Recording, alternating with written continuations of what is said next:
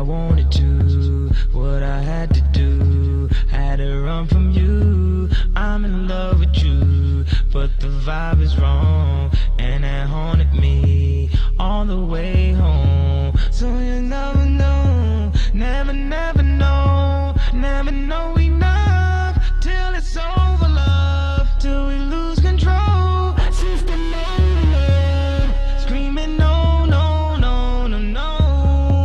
I'm not loving you way I wanted to. See, I wanna move, but can't escape from you. So I keep it low, keep a secret code, so everybody else don't have to know. So keep your love locked down, your love locked down, keeping your love locked down, your love locked down. Now keep your love locked down, your love locked down. Now keep your love locked down. You lose. I'm not loving you way I wanted to. I can't keep my cool, so I keep it true. I got something to lose, so I gotta move. I can't keep myself and still keep you too. So I keep in mind when I'm on my own, somewhere far from home, in the danger zone. How many times did I tell you before it finally got through? You lose, you lose. I'm not loving you way I wanted to. See, I had to go, see, I had to move. No more wasting time, you can't wait for life. We're just racing time, where's the finish line? So keep your love locked down, your love locked down, keeping your love locked down, your love locked down. Now keep your love locked down, your love locked down. Now keep your love locked down. You lose. I'm not loving you way I wanted to. I bet no one knew, I got no one new. No, I said I'm through, but got love for you, but I'm not loving you way I wanted to. Gotta keep it going, keep the loving going, keep it on a roll. Only God knows if I'll be with you. Baby, I'm confused. You choose, you choose. I'm not loving you way I wanted to, where I wanna go. I don't need you. I've been down this road too many times before. I'm not loving you way I wanted to. So keep your love locked down, your love locked down, keeping your love locked down, your love locked down. Now keep your love locked down, your love locked down. Now keep your love locked down. You lose, you lose, you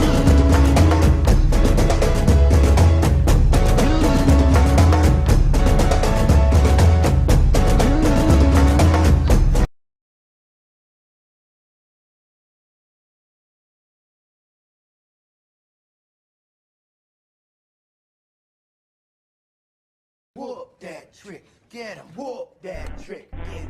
Whoop that trick. Boom, boom. Oh, Shell, find it, man, find it. Speed it up, speed it up. Hey.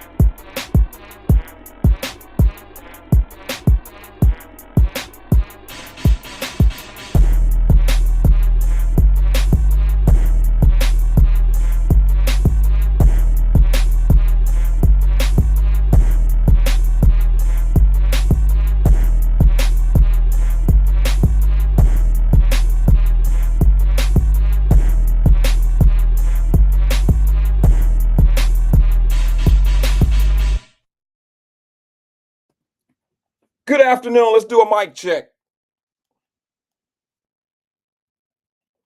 Where we at, Meta? Are we here? My folks on Meta, Facebook, what's good?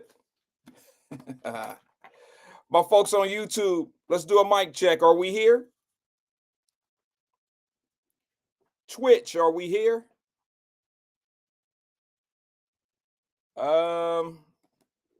TikTok, are we here?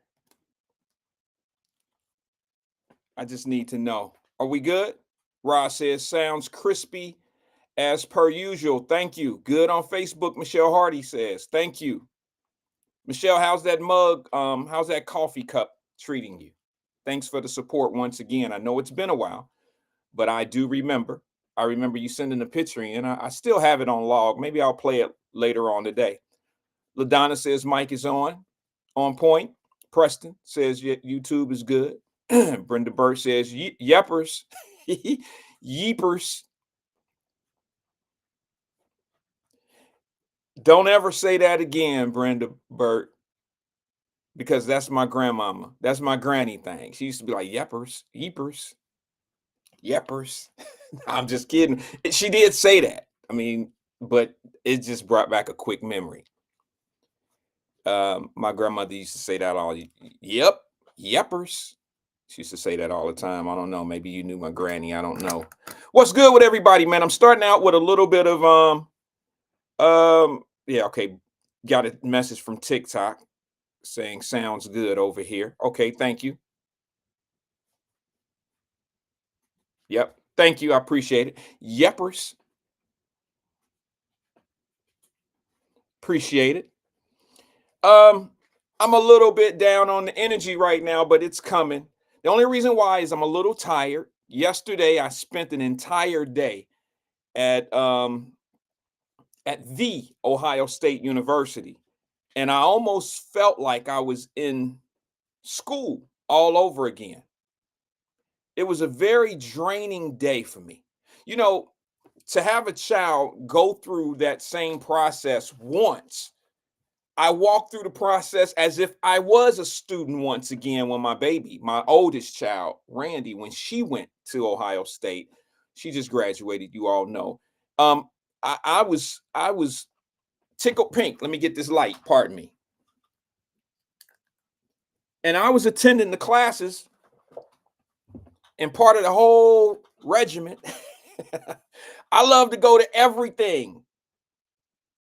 All the orientations, all of the day. I don't care what they were doing. I was showing up and I was part of it.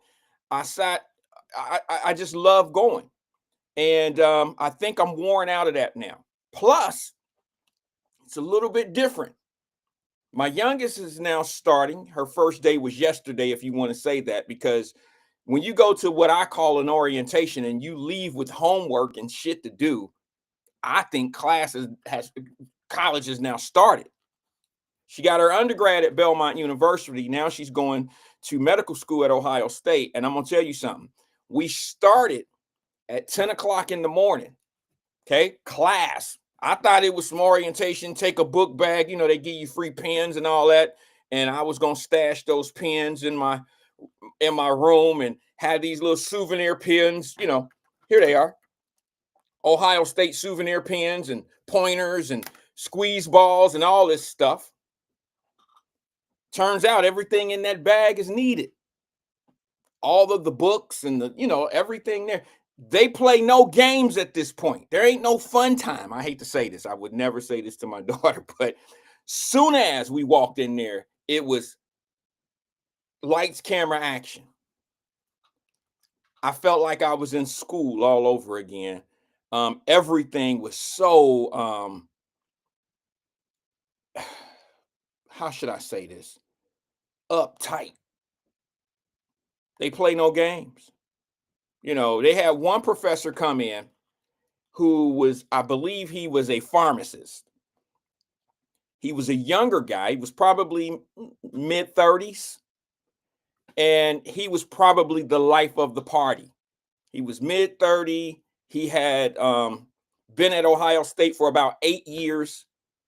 And he had he came in with the shorts and Ohio State t-shirt on, looked like he was on his way over to the stadium to watch the game. But yeah, he was down to earth. He was us. But he came in with a little enthusiasm, and he was like, well, when you guys, you'll be in my class, not this year, but the following year. But everyone else, administrators, the professors, everyone was uptight to me. I mean, it was like, no, I looked at my baby who was sitting next to me, right? I'm like, you sure you want to do this shit? Because they already lightweight. They have people that are in their third and fourth year there working on the panel, helping. The dean of medicine came in, and they bring in current students that are already 2-3 years in to, into the program. And they're talking about how when we first got here, I was thinking about quitting, and, no one would really help me.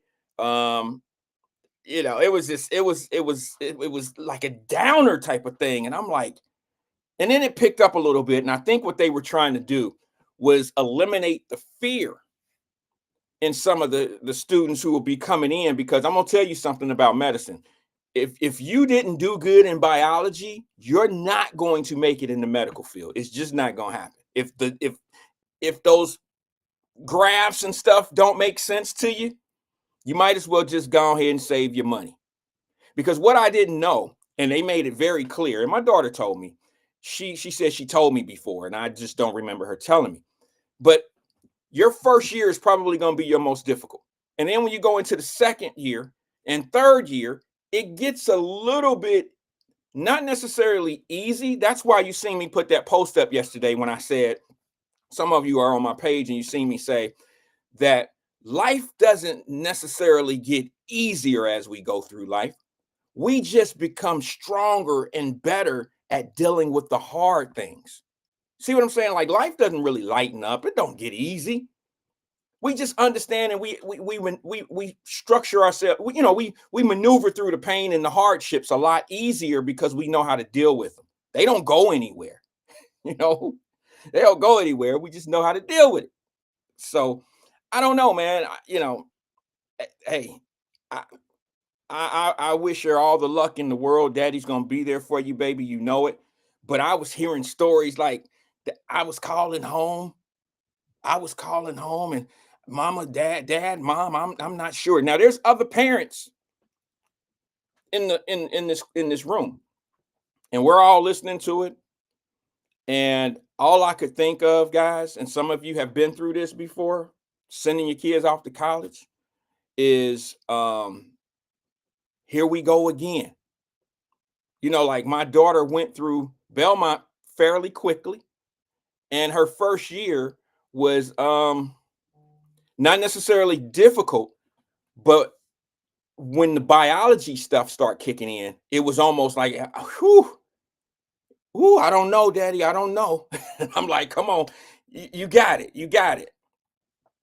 And I'll be honest with you, I don't know how any of these kids make it without a support system. I just feel sorry for children where parents and adults in their lives have totally failed them. I just feel sorry for the kids, because it's truly not the kid's fault. And if a kid has no one to turn to, and it doesn't have an anchor or some support system, foundation, it's very tough out here for these kids. I'm telling you. And I know when some kids have dreams and aspirations of really going off to do something. And they go off in the direction, and they don't even understand what they're getting into. Like, it's very difficult when they get there.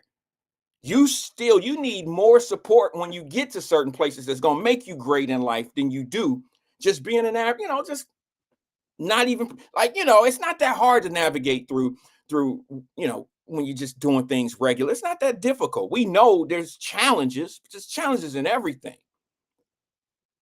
But man, I seen a couple of those kids sitting in there, and it could be all parents don't have the type of schedules that other parents have. Okay. I have the leeway. I have the ability to be able to take off and do what I need to do when it comes to family and things of that nature. Thank God for that.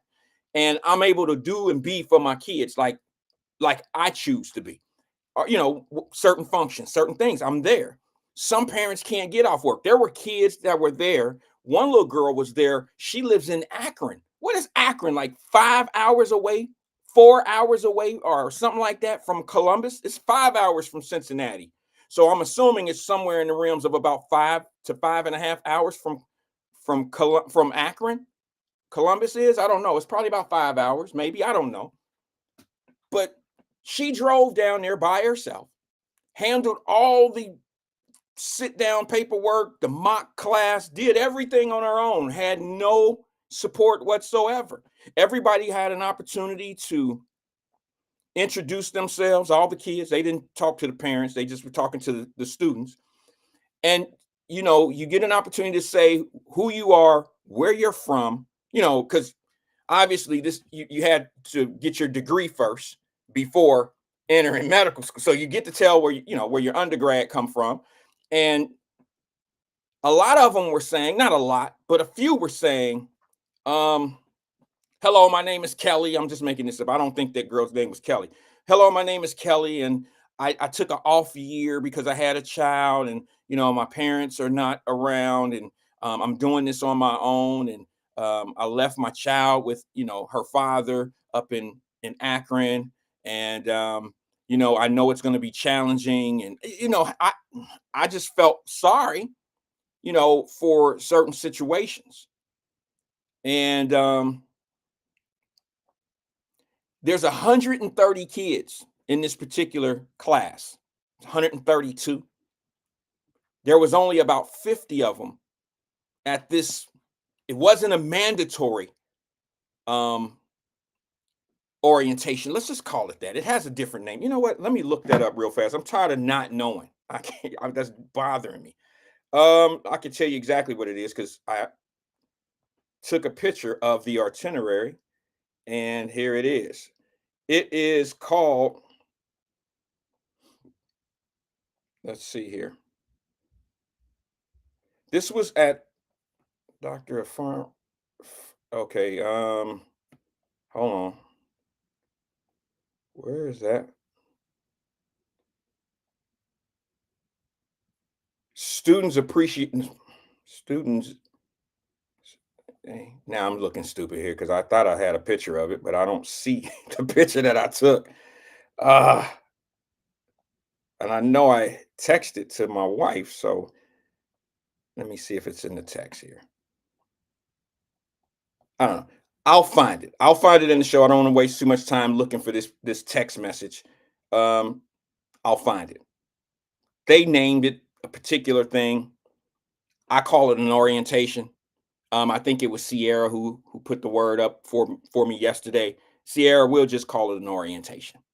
But the truth of the matter is there was homework for my daughter, not me, involved. There were certain things that she has to get done. And there's a deadline. They went over a lot of different things. Man, I thought my schooling was difficult. I really thought my schooling was difficult, but nowhere near what my daughter is about to go through. I just hope to God she doesn't call me about any of those graphs that she had to go through that were biology related. Let me go to the phone lines real fast. I got a couple things I want to talk about, but I want to hit this phone line real fast, and then we'll move on. Okay, I have a short show today. I'm here in Cincinnati, and I have things I have to do so I can leave. I'm leaving tonight. And so my time is very, very scrunched in, but I wanted to at least come in and do an hour and a half if I could. Let me go to the phone lines real fast if you guys don't mind. Good afternoon, caller. This is Wyatt. Who am I speaking with?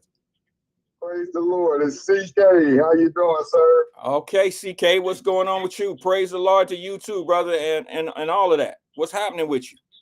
Man, I'm glad I had to call your program. I heard you talking about this education. So you're saying that her curriculum is more difficult than yours? Well, yeah, because biology. Hell yeah. Yeah, that's the worst. Oh my God.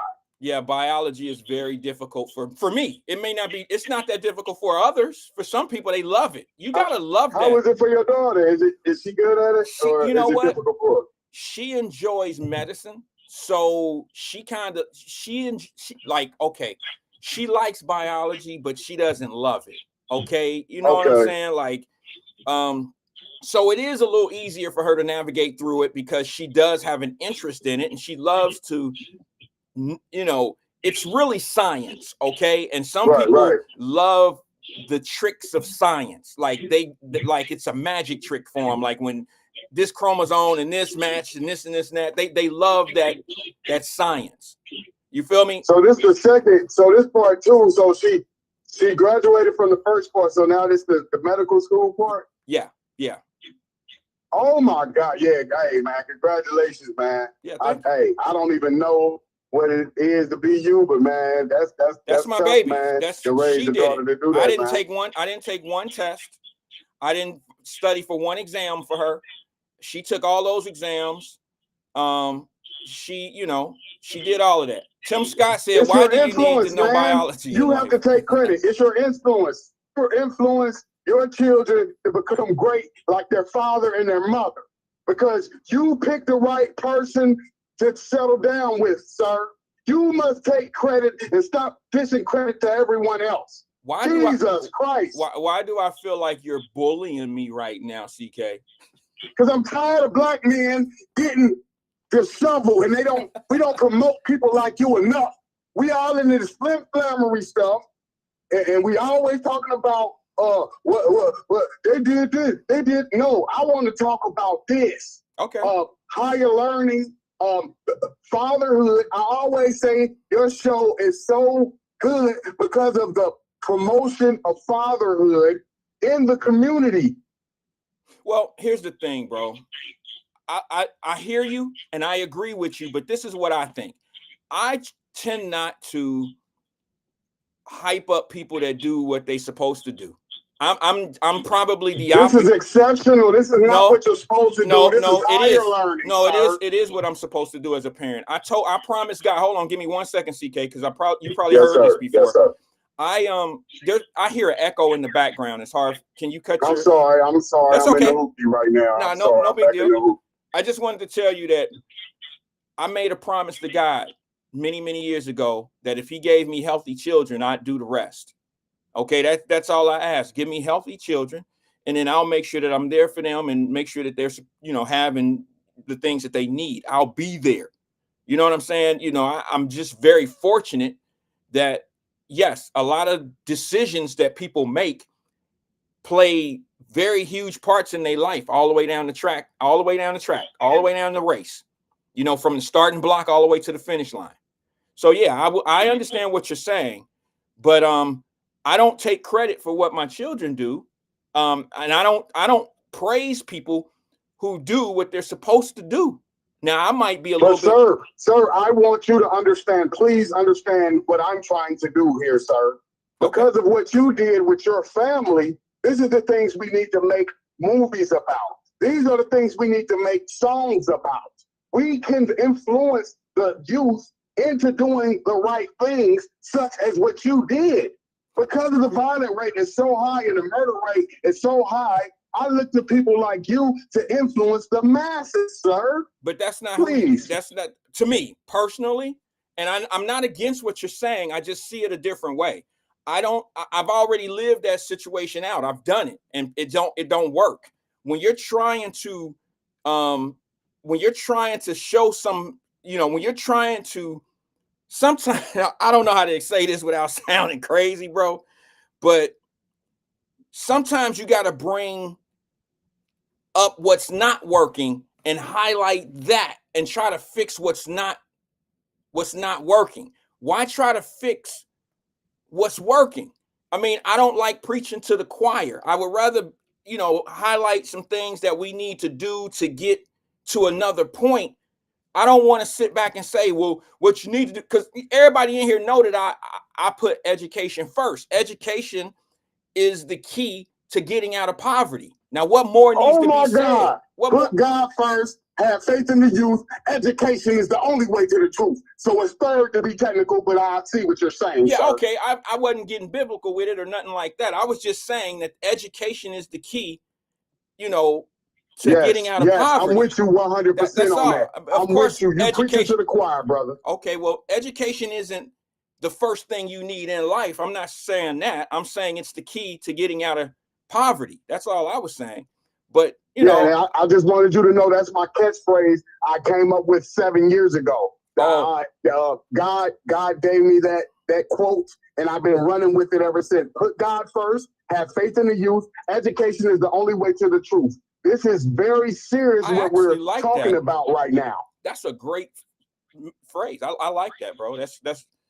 I can't. I'm not quite as strong with you with the, with the words and the strength behind it, but oh my God, ain't that what you said? Oh my God. We're leaders in the community, and one by one, and you did a tremendous service to the the city of Cincinnati, by raising your child right and putting in somebody that can serve the community and benefit us health-wise. Healthy. This is a healthy, so she's going to help benefit herself with health knowledge. You see what I mean? The things she learned will benefit her body as far as staying healthy and living a long, prosperous life, Mr. Wyatt. Well, there's no guarantee of that. I think my daughter will, but I've seen doctors that are overweight. I've seen doctors that smoke cigarettes. So I don't know if all doctors do things the right way when it comes down to health. But why your daughter don't smoke cigarettes? Right? No, I get it. I'm just no guarantees. So I see some doctors doing some things that's just not healthy, to be honest with you. So I mean, man, I had to call in real quick and give you the Friday education treatment. I really appreciate what you're doing for the community, and I will listen to you, brother. Okay, hey, CK, I appreciate you, bro. You have a great weekend, man. Please pray. Can you pray for me, man? Just pray for me, man. I just need some prayers. You got something going on? I don't waste my prayers. If you want me to pray for you to hit a lick at the casino, I ain't about to do that. No. You got something serious? Yeah. It's okay. It's bad, man. It's like the color purple. You remember the color purple, the shocking color? It's gonna rain on your head. That's me right there, boy. You got a lot going on. Okay, I'll pray for you, brother. Thank you, brother. Thank you. I'm gonna pray for you. You know, I always pray for y'all. Well, thank you very much, man. All right, CK. Anything else? I guess not. He hung up. All right. So speaking of prayers, if you guys don't mind, on a real note, one of my sandboxes. I don't know if y'all know Crystal. Her sister Gwen, who we grew up with. I remember Gwen. Gwen was very quiet. She was laid back. Man, matter of fact, Crystal real right. She didn't really.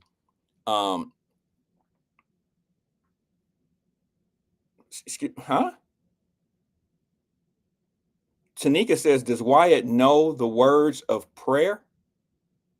I'm not quite sure what that means, Tanika, but I think so. I didn't know there was particular words. I'm not quite sure what that meant. I don't know what that means, but I guess I'll wait for a response or something. I'm torn back on that one. But Crystal Will writes, who is, Princess Flower on here, like her sister Gwen has had a heart attack. And, Gwen was very quiet. Ninka said it's a church joke, Wyatt. Okay. I wasn't no church kid, so I don't know church kid jokes. And I don't know them jokes. I only understand the jokes that the kids from the outside of the church was making about the kids and about the people in the church. I don't know the you know how they say it's an inside joke. I don't know the inside jokes of the church. I'm sorry. I didn't mean any disrespect. I just don't know them. But yeah, Crystal's sister Gwen. Man, I remember Gwen like being very quiet. Sweetheart. I almost didn't think that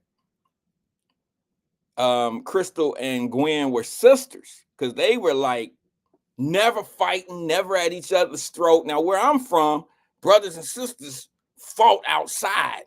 I mean, Monday through Wednesday, fighting each other outside and shit. And then on Friday, when somebody from English Woods or Moosewood come up to the fair or some old shit, them same sisters that was banging Monday through Wednesday, now they all come to one and ready to fight somebody all together. So I just never knew Crystal and Gwen I just didn't think they were sisters because Gwen was so quiet. Crystal didn't say much either, but Gwen was I think she was a bookworm. Correct me if I'm wrong, Prince. Correct me if I'm wrong, but your sister was probably like a bookworm. She came home, she sat in the house in the kitchen and did her homework all day. People had to force her. I think your mama had to force her to come outside and play. I don't remember Gwen coming outside playing with us that often. But she's having a rough time right now in the hospital. She had a heart attack. And you know, you always wonder why such hard things happen to good people. You know, you wonder sometimes.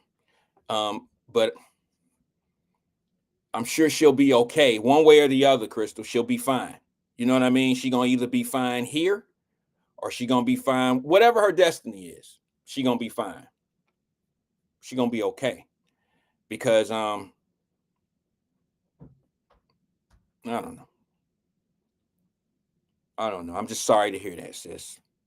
Prayers to the family. Appreciate you guys reaching out to me and letting me know what's happening. Keep me posted on it. And you guys know, your mom, y'all all know if there's anything I can do to help, I'm a phone call away. You know that.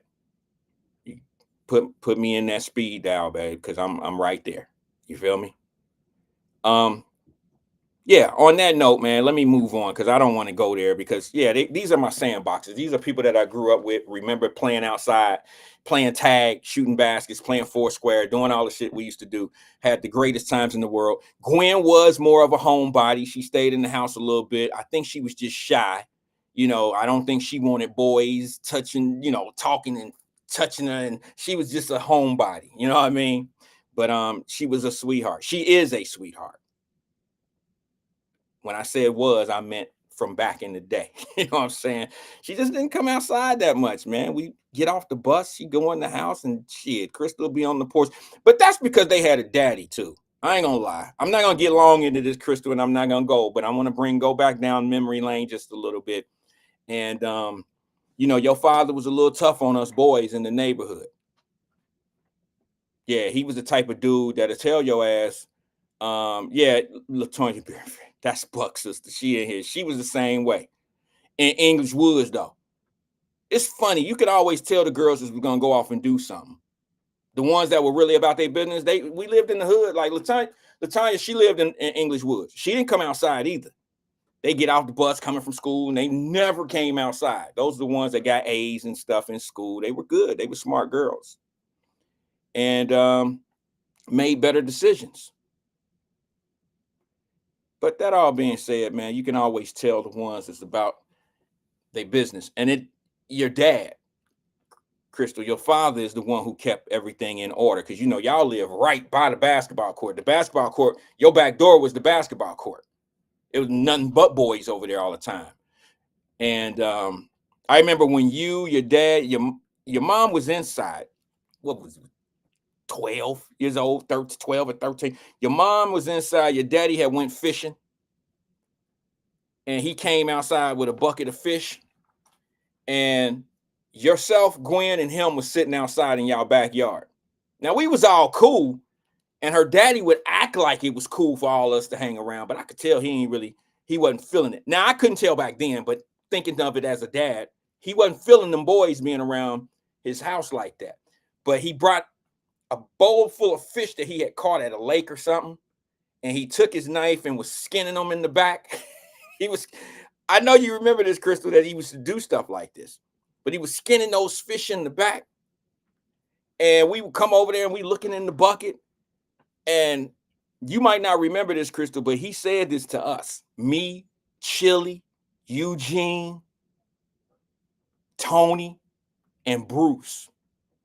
We 12, 13 years old. He said, if y'all ever do something to my daughters, I'm gonna skin you like I'm skinning this fish.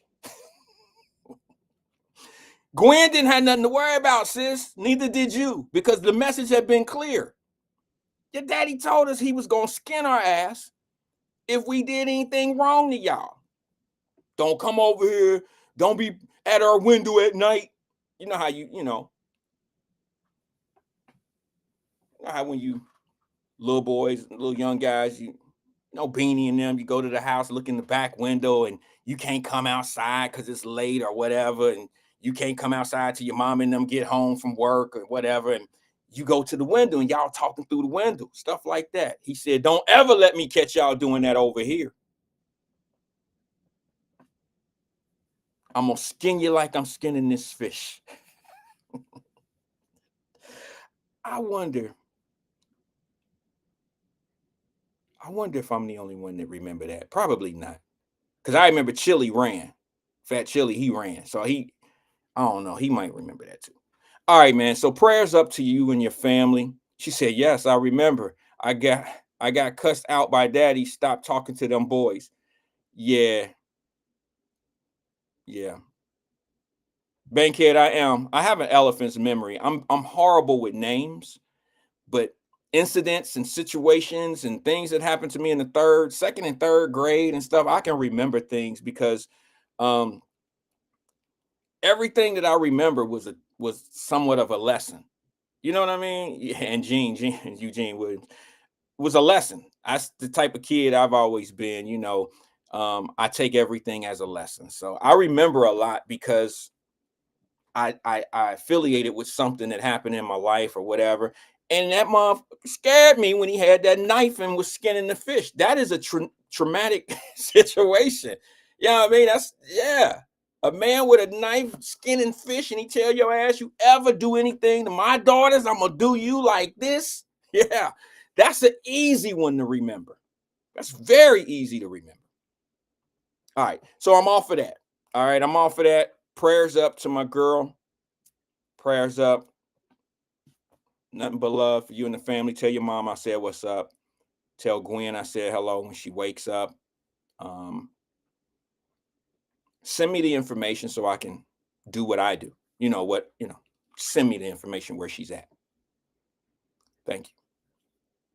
All right, so moving on. It's going to be a little tough to move on, but I'm going to move on. Bengals, Cincinnati Bengals. My Cincinnati Bengals made their selection last night. They chose Shamar Stewart out of Texas A&M, defensive end, big kid. Did anybody watch the draft last night?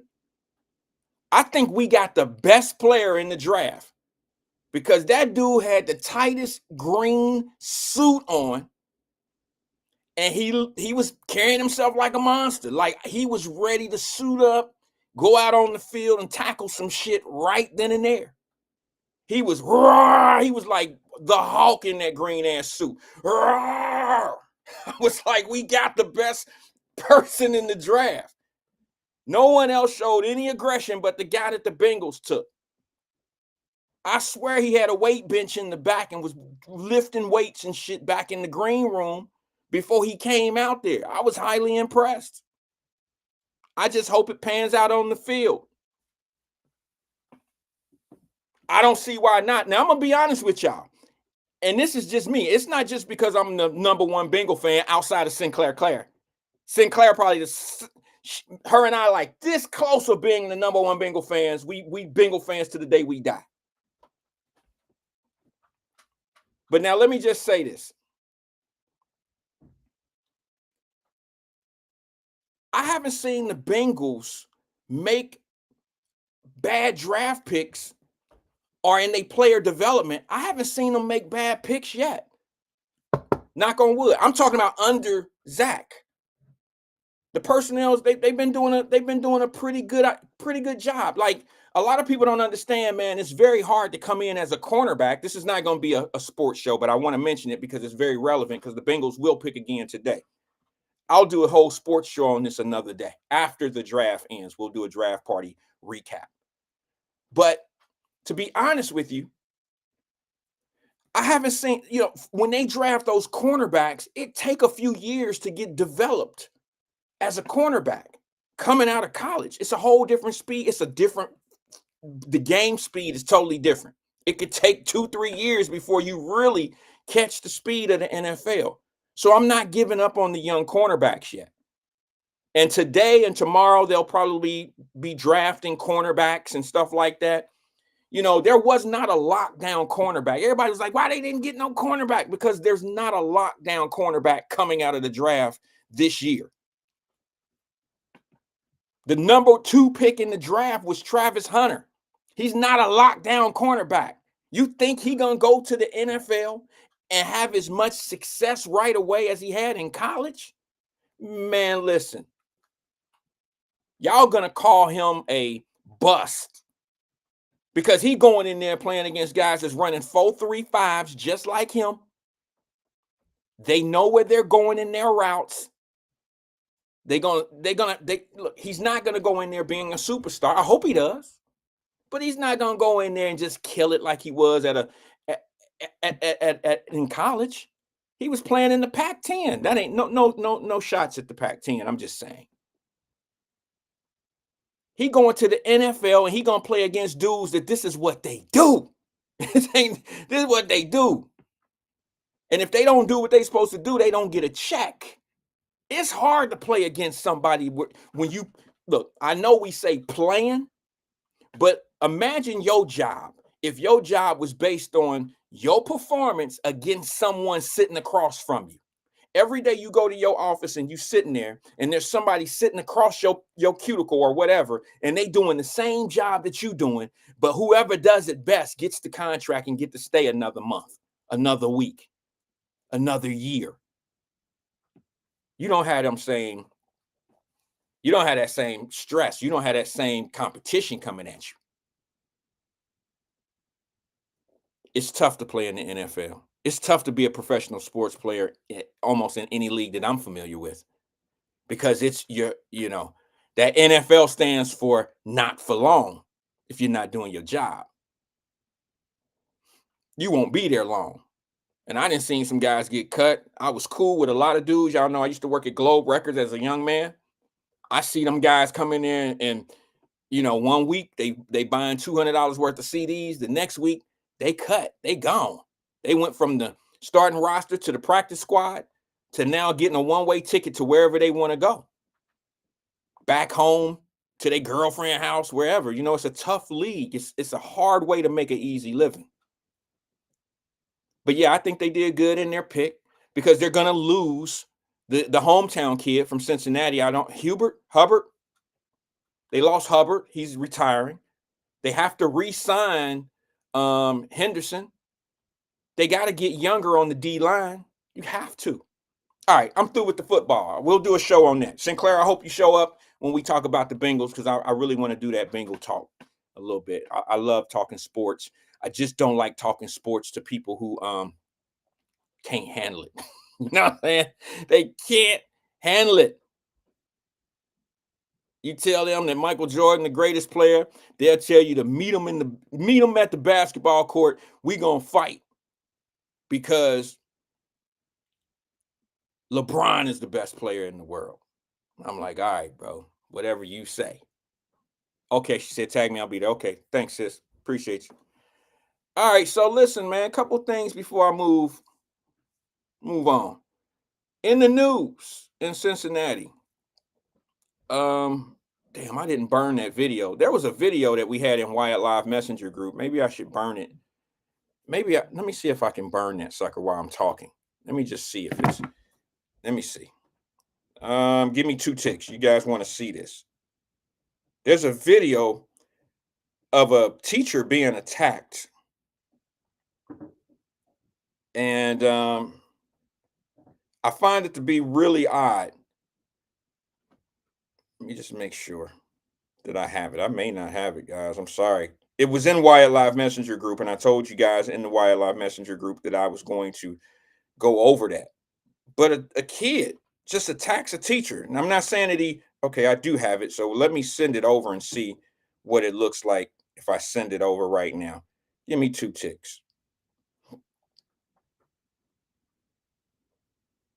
2 minutes. Not even 2 minutes. Just give me a second to send it over real fast.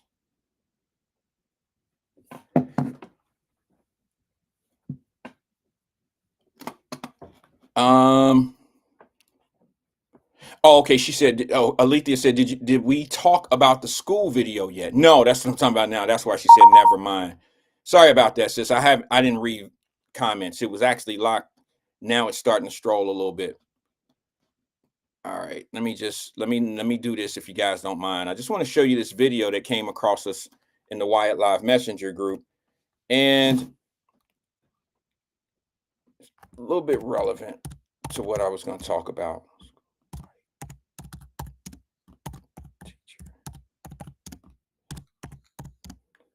All right. 2 ticks. Let me pull it up. Let me bring it in. I remember having a conversation on this platform one time, and I said, there's no way I could actually be a teacher. And the reason why I couldn't be a teacher, I probably could if I could go to maybe a school where kids had a different respect for faculty, for the teachers. But it's hard to go to a school where, discipline is limited, or the teacher's hands are tied because the kids are not getting. And when I say limited in discipline, I'm talking about the kids are getting the discipline from home. They're not getting it.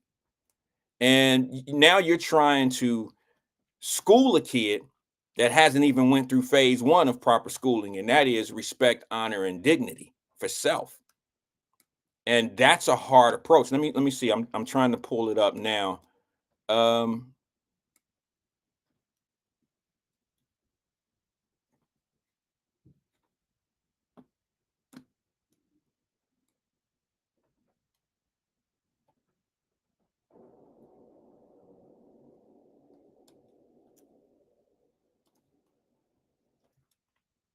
I've shown some videos like this once before, but this one here is just a little bit different. Teachers are getting jumped.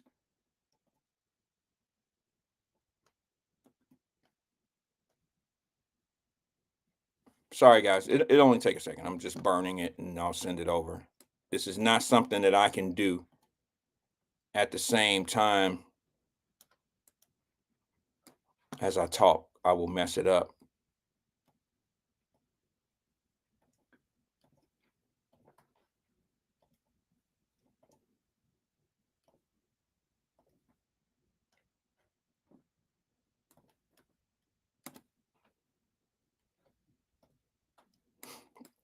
I'd love to hear what Fame has to say about this one, because he don't believe in teachers should hit kids back. But I'm wondering, what do you do? Sorry about that, guys. I'm gonna have to redo it. I don't know what you do as a teacher if you're attacked by a student. I wouldn't know what to do, how to handle that. What do you do if a kid punches you when you're in the hallway? And sorry, guys, it's coming. I promise.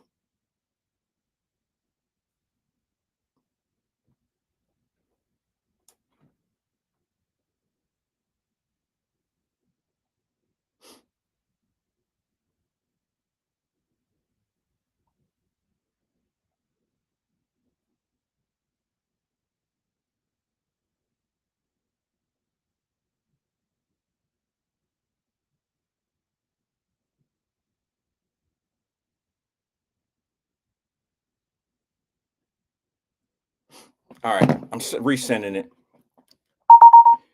Alethea said it was a knockout punch. Yeah, to say the least. To say the least. I just don't understand, I'll just play the video. Give me a couple seconds. Here it comes. It's coming up now. She said the teacher looked older, in my opinion. Then I want to talk a little bit about the situation over at Don's school, if you don't mind, because I have a new video. It looks like the walls are caving in when it comes down to the financial disputes that's going on over there and the loss of some money. And now they're starting to bring in the I-team and other reports. And let me just do this real fast.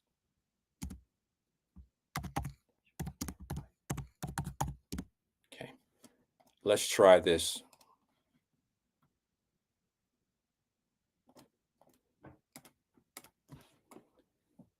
Let me try this. Let me just at least dock it in the station here, and then we can go from there. Sorry, guys. I really didn't. I didn't think I was gonna come on today, to be honest with you. So I really was not prepared to do this. All right, it's in the house now. All right, so this video is a bunch of kids. Actually, it started out with one child hitting a teacher, and it looks like hall monitors or security may have pushed the kid off of him, and then the other kids start punching, the other adults in the building. And I didn't understand it. I mean, maybe those teachers said something. Let's do it like that. Maybe those adults said something to those kids that made those kids become violent. How about that for those that love to make it, the adults are always in wrong because kids should, they know better or whatever. Let me just show this video real fast because I don't want to talk about it long. I want to talk about the curfew. I want to talk about some things that we can change and what we can do. Like I told CK, I'm not big on glorifying what's already right and what people should, like who is accomplishing this and this and this and that. I think I'm more on the level of trying to magnify some of the problems so we can maybe discuss some of the solutions. But that seems to be a problem because when I do that, it seems like I'm only highlighting problems just to say that there are problems versus highlighting the problems and saying, hey, here's some solutions. These are my ideas. That's how I look at it. Maybe some see it different than I do, but that's how I see it. Check it out. Watch this video real fast. Oh!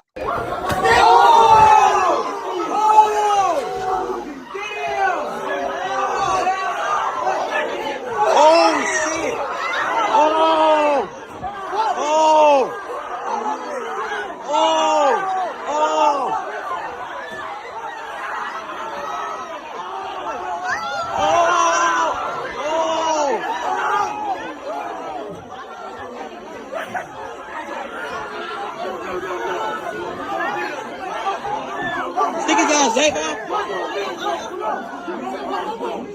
Get your ass one, bro.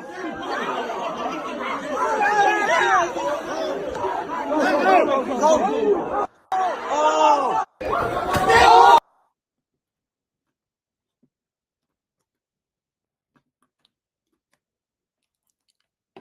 That was a street punch right at him. Y'all wonder why men are not teaching those kids these days? Let me ask you something. You think that young man would have hit his father like that? If that young man had a daddy at home, and he might, I don't know. Maybe his daddy taught him how to punch like that. I can tell you one thing. Any kid that's in real deal boxing in Cincinnati, any kid that's at Golden Gloves in Cincinnati, any kid that's at any of those boxing gyms in the city of Cincinnati, they would never go home and hit a parent like that. They would never hit an adult like that. Now, maybe in the ring if they sparring someone, because that's what it's meant to do. That's what you're taught to do it there. But the discipline that you're taught, the mentorship that they're getting at these gyms, that little boy, to me, I can tell has no leadership in his home. He's emotional. What could that teacher had ever said to that young man to make him be that violent towards an adult? In school. I don't get it. And you got to understand when we start hearing things like, well, nobody wants to be a teacher these days. We're losing people in education. Well, I guess so. And then here's the thing. I will give it to some people that say, well, of course the adults are responsible for this behavior because it starts at home. But there's also this thing called, leadership.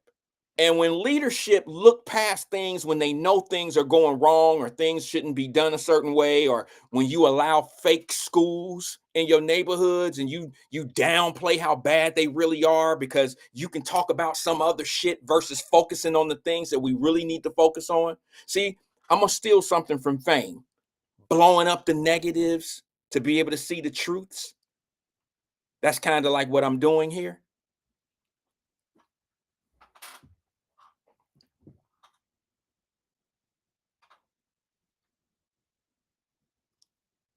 I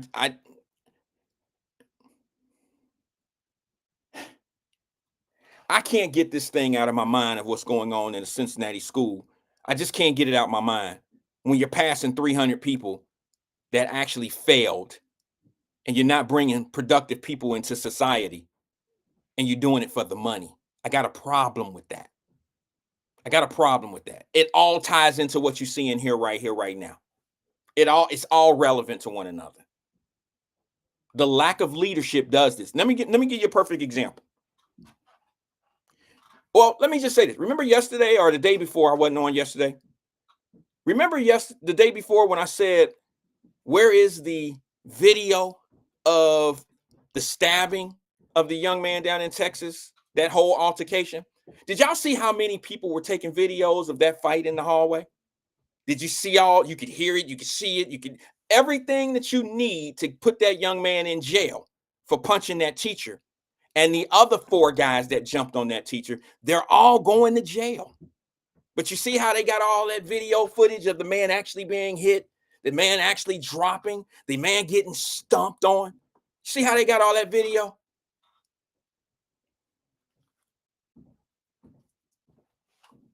It's just kind of funny how they don't have video of the situation in Texas. I just find it to be strange. All those kids and no cell phone footage.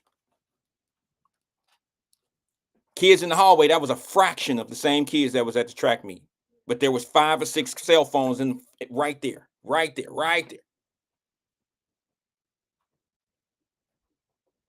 Had a guy, and y'all know what I'm talking about. I have no problem with this city council member, but to tell your constituents and your citizens that the reason why they don't enforce the curfew is because they don't have the manpower on the police department, that's just sound foolish to me. I'm not calling him foolish. I just think it's a horrible excuse. I don't know why the citizens would accept something like that. I don't know why it's so easy to say that to certain people and things just be like, oh, okay, yeah, that sounds good. And yeah, it's cool.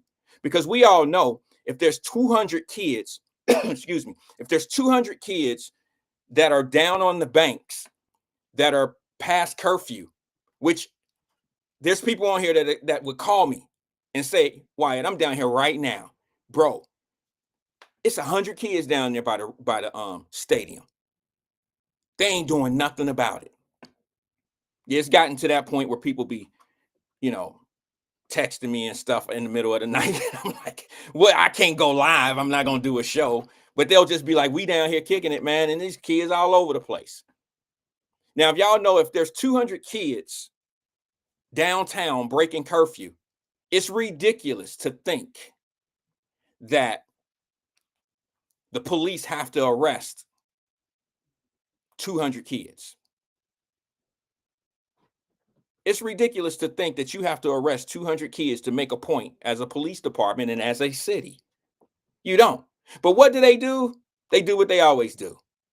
They go to lightweight. They go the way that they don't want to ruffle any feathers with the criminals. They don't want to ruffle any feathers with the bad parents. They want to put a curfew. They want to put a stipulation on to the banks. And that is they implemented this new rule.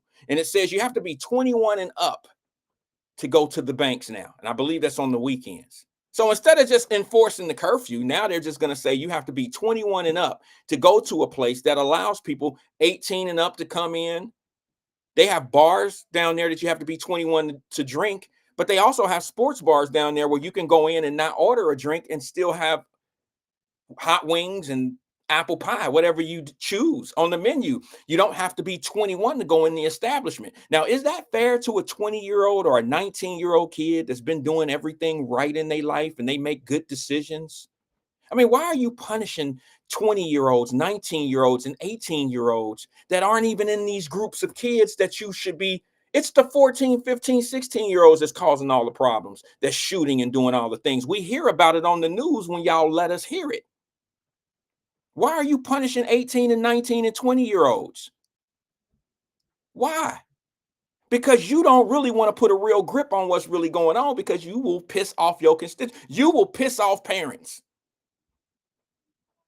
Do you think it's fair? I got a 20-year-old. She don't do none of the stuff. So she can't go down and sit on the banks with her friends at I don't know, one of the little restaurants and eat a burger and fries. She can't do that after, she got to be 21. Why are you punishing kids that are not bad? Instead of just enforcing the rule that's on the books for kids that may be, breaking rules. Why? You implement and make all these new ass programs, and you ain't even trying to do the things that's on the books already. Somebody make that make sense to me. I'm willing to have the discussion with anybody. The ones that love all the kids and think that they need to be everybody's mamas and daddies and all that shit. I'm willing to have a conversation with anybody. My biggest question would be, why are you trying to be everything for these kids and not holding the parents accountable? Because when you do this and you stepping in and taking the bullet for these kids, they're not learning anything. And the parent is not being held accountable, so they're not learning anything.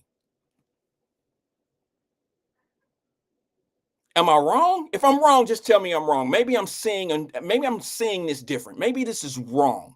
Maybe I'm looking at it totally the wrong way. But why should my 20-year-old daughter have to leave the banks? Because you got 14 and 15 and 16, 17-year-olds down there acting a fool, breaking curfew. And nobody really wants to tell the truth. And then the excuse is we don't have enough manpower to implement or to enforce the curfew. We don't have enough police officers. We are 100 police officers short. Well, I bet you are. And it's not because nobody really wants to be a police officer anymore. It's because nobody really wants to go through what police officers go through anymore. People want to be police officers. They just think about it. And what happens is some of these police officers are starting to retire early and they getting out of there. Shit, they 3 years away. They willing to take a settle or whatever. They willing to get, man, I got to escalate this time. I got to get out of here. They don't want to deal with it. It's too much politics in it.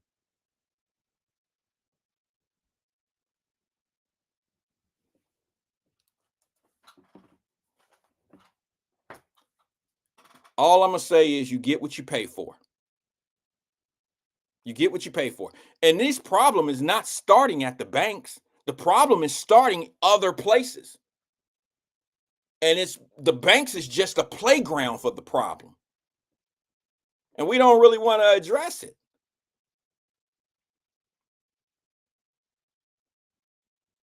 Emmanuel Livingston said, you are making a great argument against the curfew.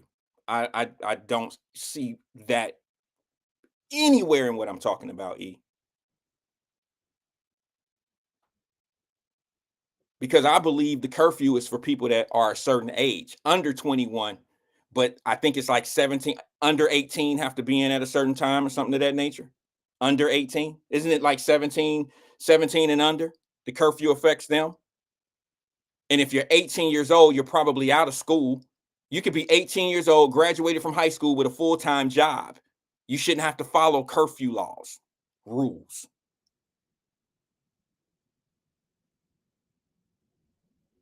Curfew shouldn't apply to somebody that works a full-time job and out here on their own or even living with mom and dad. But instead of really enforcing the curfew rule, they'd rather just say, okay, we're going to put a blanket on it. We're going to start something new and make it 21 and over. Now you're taking business away from establishments.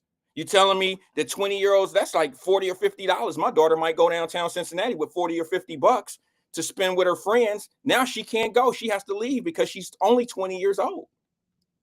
So now you taking money out of the businesses downtown, because now at a certain point, a 20-year-old is not even they can't even walk around. They can't spend their money down there. They can't go to a restaurant after a certain time.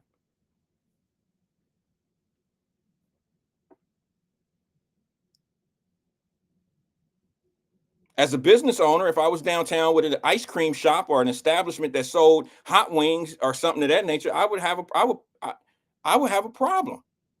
It would be an issue. Why, I would say to them, why don't you just enforce the curfew? Because we're not having problems with the 20-year-olds. When's the last time you seen 20-year-old shoots a 42-year-old down on the banks? That's not what's going on. When was the last time you seen a 20-year-old having a fight with a 30-year-old? That's not what's going on. Let me ask you this. When was the last time you seen 220-year-olds hanging out downtown down by Serpentine Wall? That's not what's going on. It's the 14, 15, 16. It's the ones who mamas and daddies should know where them kids are in the first place. That's who the curfew is supposed to affect. I just be seeing stuff, bro. And I know y'all be like, I just go against whatever they do. That's not what it is. I'm just a common sense dude. And what I'm telling you is I know what makes sense and what don't make sense, but I also know why things are done a certain way. Nobody wants to be the bad guy on city council or any type of city leadership role or position. Nobody wants to do that. And for those that's going against maybe what I'm saying, that's fine. My feelings aren't hurt. But what I would ask you to do is to maybe go downtown Cincinnati during the times that we're speaking about right now and get a visual of what's really going on before you fight for what's going on. You see what I'm saying? Sometimes you fighting for some shit, boy, that you just don't know nothing about. And then 2 weeks or 3 weeks later, heaven forbid, a shooting happens. And everybody on the sideline who don't really know what's going on, ain't really in the game. They sit back and be like, man, I don't know what's going on down there. You right. You don't know what's going on down there. And it's not there. That's not where it starts.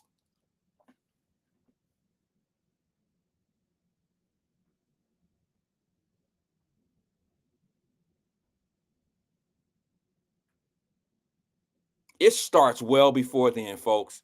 It started at home. We all know that. But we got to do a better job of calling out what's really going on. We got to do a better job at saying, hey, man, why are the schools the way they are? Why do we have 200 and 300 people with degrees, with diplomas, that failed? Who paid for that? Who allowed that to happen? Why do we have kids graduating in the parking lot of liquor stores? And nobody thinks that's odd or weird. I don't hear no leaders say anything about it. The streets talk. A few of us on here that know each other, they hit me. We talk, we see, we know. It's just like this. The easiest way to see who's engaged and who's not engaged is to see how long it takes them to take action on the things that's going on in your community. Because, like, for instance, they slow to the beat on a lot of things, but I think they slow to the beat on purpose. You mean to tell me, we've been on the air for 5 years of March. I've been talking about gambling at the football games for 3 years, right here on this program.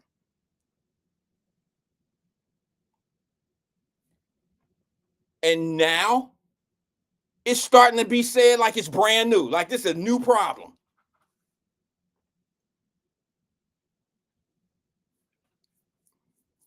Have we not? Have we not had those conversations of the gambling and things that's going on, not only at the Pee Wee football games, but at the practices? It's been a problem for a while. It's a fixable problem. But the hard part about fixing the problem is somebody who you have to point the finger at in order to make it right, to fix it.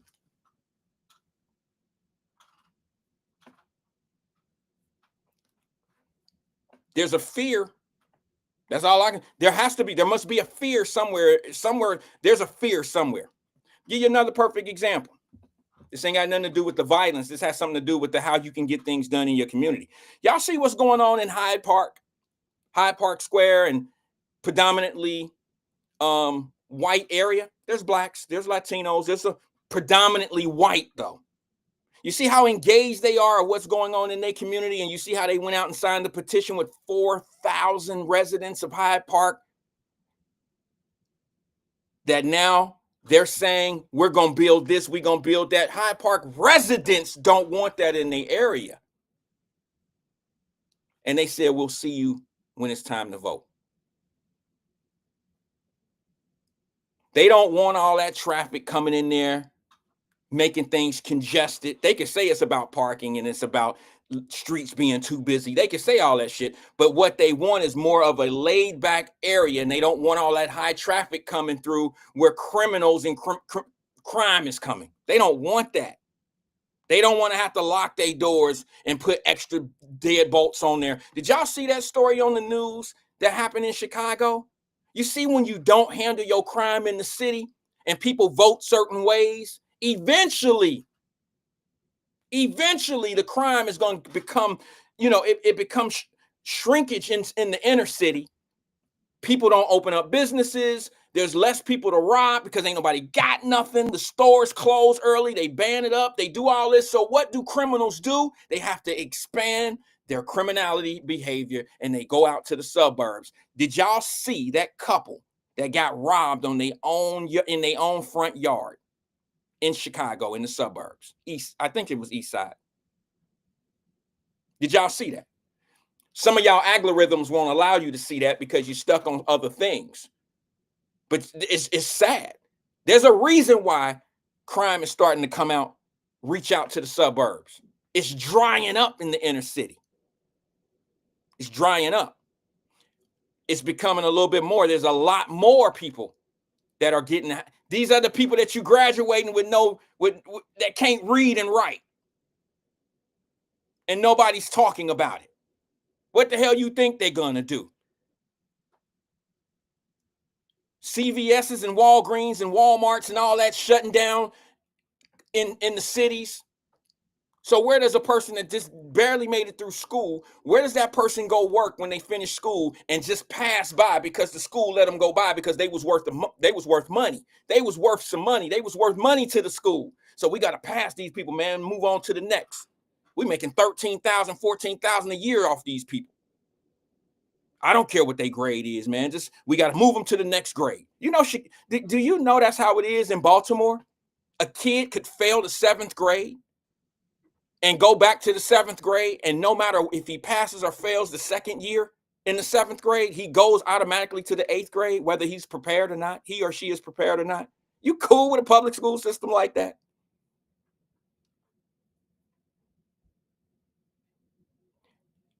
And you wonder why they say school to prison pipeline. That's where that come from more so than anything.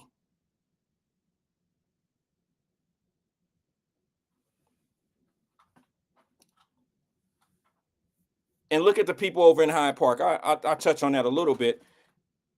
Yeah, they're going to hold some people accountable because they don't appreciate it. And then a lot of people don't understand this. I'm not going to get into the political end of it, but I've said this term and I've brought it to your attention several times, but y'all don't want to really talk about it. But I always find it weird that certain things happen and you wonder who's really in control. And when you look at shadow government is big locally. I'm talking about in your local areas, maybe not just Cincinnati. I'm talking about throughout the United States. There's a ton of shadow governments. You think this is working for you, but they have no control. I heard Alicia Reese, who has been going hard on this lease deal with the Bengals. Y'all can tag her and say, why are you going in on Alicia Reese? She know better than that. I ain't never said nothing bad about Alicia Reese and never will. But what she said the other day, I was paying attention to. I watched the rerun on her show, on her page on Facebook. Go check it out. I heard her tell the people on the radio that she's been out of the she thought that they had a negotiated deal for the lease. They in there negotiating without Hamilton County commissioners on money that's going to come out of Hamilton County for the upgrades of the stadium. And she's under the impression that where's the lease deal? And she's like, I can't even get it. How can you be a representative of Hamilton County and be on the commission and it's coming out of your budget and they don't even bring you in the negotiations of the upgrades? She know what it is. She know that ain't right. Well, who's running it? Where's the shadow government? Who's doing it if it's not you? Who told you you can't come in there and be part of the negotiations? She know that the shit ain't right. But where is it coming from? Where's the true leadership? What'll happen if she go in there and just bust down the door and say, damn it, I am Hamilton County up in this MF? What'll happen to her? That's all I'm asking. If that's what you do, that's your job. And then they tried to finesse and say Hamilton County has a deal with the Cincinnati Bengals. I get it. It's a play on words because a lot of people fall for the headlines. A lot of people fall for the headlines and they just be like, okay, they read the headline. It's like the title of a book. You read the title of a book, so now you know what the book is about. No, it don't always work that way. But your true leaders are the ones that's making the financial decisions. Whoever making the financial decisions, that's who putting you in them certain conditions. That's just how it works, whether you paying attention or not.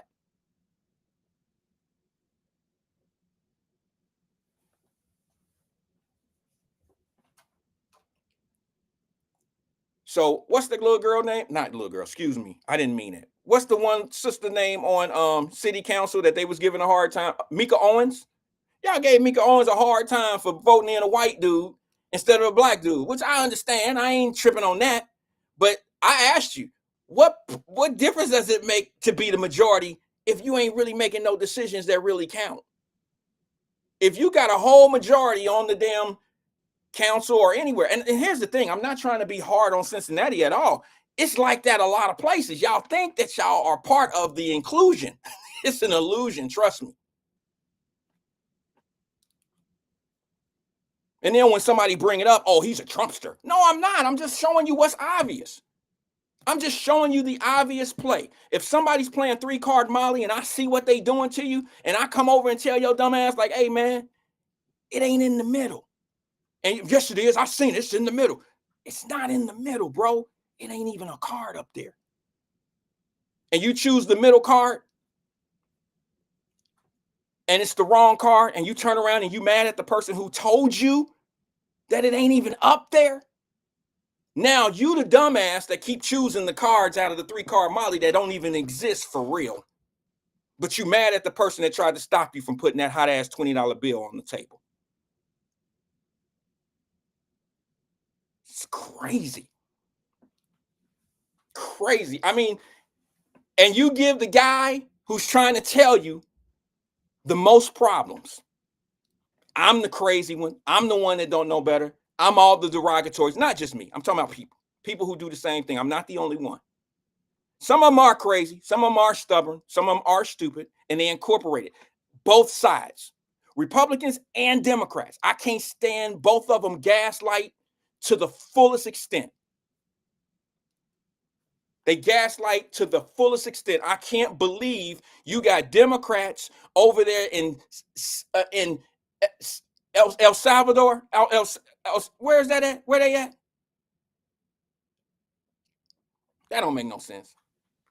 Them same ones ain't been to Chicago and checked on the black folk in 4 years. You got black folks on the microphone talking to city council, yelling as loud as possible, and I ain't seen not one politician go down there and check on them black folks who've been screaming about how they've been treated in Chicago, and it's been 4.5 going on 5 years now. Nobody said anything. Well, I'll say it was 4 years. Not one. And you can't say that I just started that because I've been saying that for 3.5 of those years. Yeah, I know. Time to go.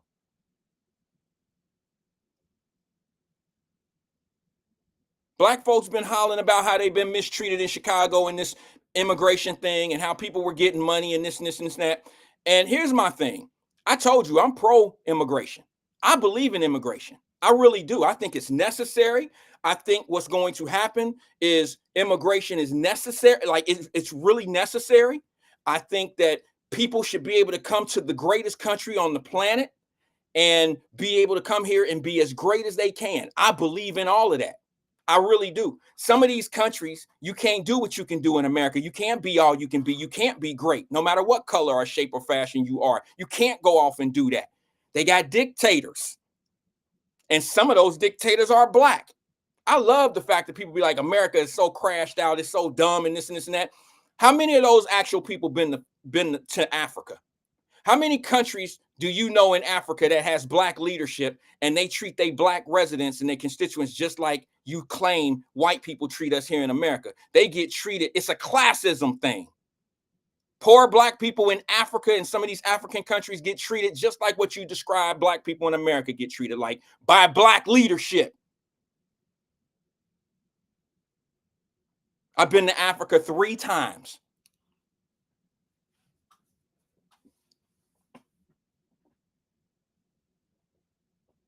Not one of these guys. And here's the thing. Here's the new argument. See, when you group think, they have you thinking how they want you to think. Well, the guy over in El Salvador, he over in El Salvador because he didn't get due process. Wait a minute. So now you arguing due process? Did he go through due process to get here? How you gonna break due process in the process to get in America, but then you want due process to be kicked out? That sounds crazy as hell. Now, if he would have done some due process, he or she or whoever it is, you following due process and you get kicked out the country for some bullshit, then I believe that due process is warranted.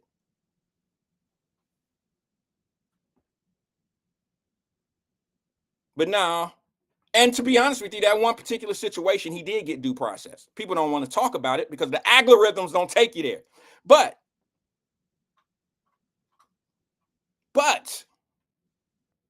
he did receive due process. That's why if he's brought back to America, what's going to happen is he's going to be deported to a different country.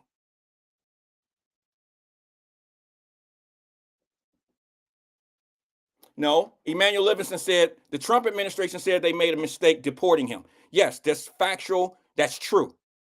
But they made a mistake deporting him to that country, to that particular country. And the reason why the mistake was made, I can't answer that. But mistakes happen. And this is not a support of Trump or none of that. I just got to tell you what's real and what's true.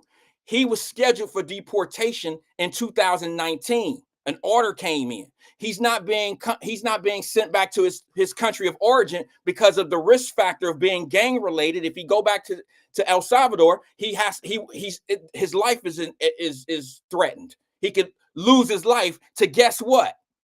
Gang violence. Because he was in a gang. And what a lot of y'all don't understand about MS-13 is, it's not like the boys club. It's not the Boy Scout. It's not like a lot of the gangs in America.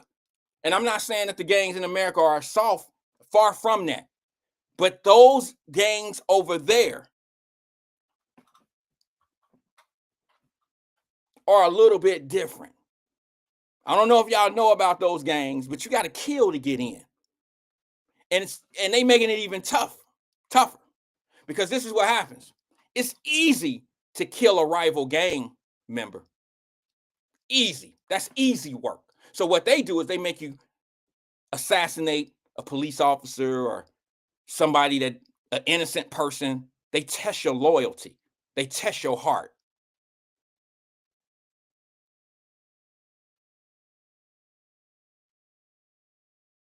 Let me ask you. Emmanuel says mistakes happen is now an acceptable excuse. Come on, bro. Come on, man.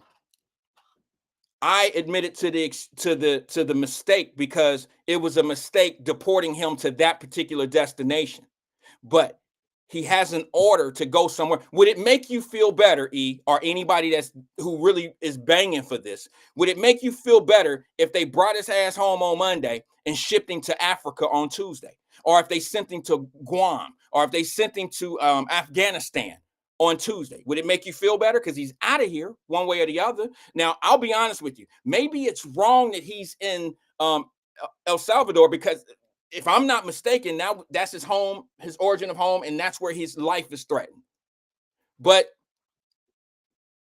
I don't know. I'm assuming that's the wrong in this. For what you guys are saying, who's defending it? Is it's wrong that he's no. Let me back up a little. You're saying it's wrong because of due process.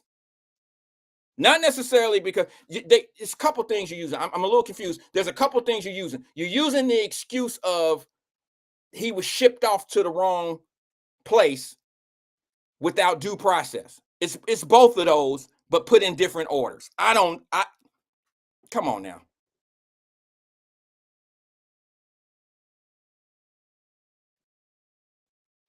Come on now. I mean, if you bring him back to America, he's going to be shipped off somewhere else.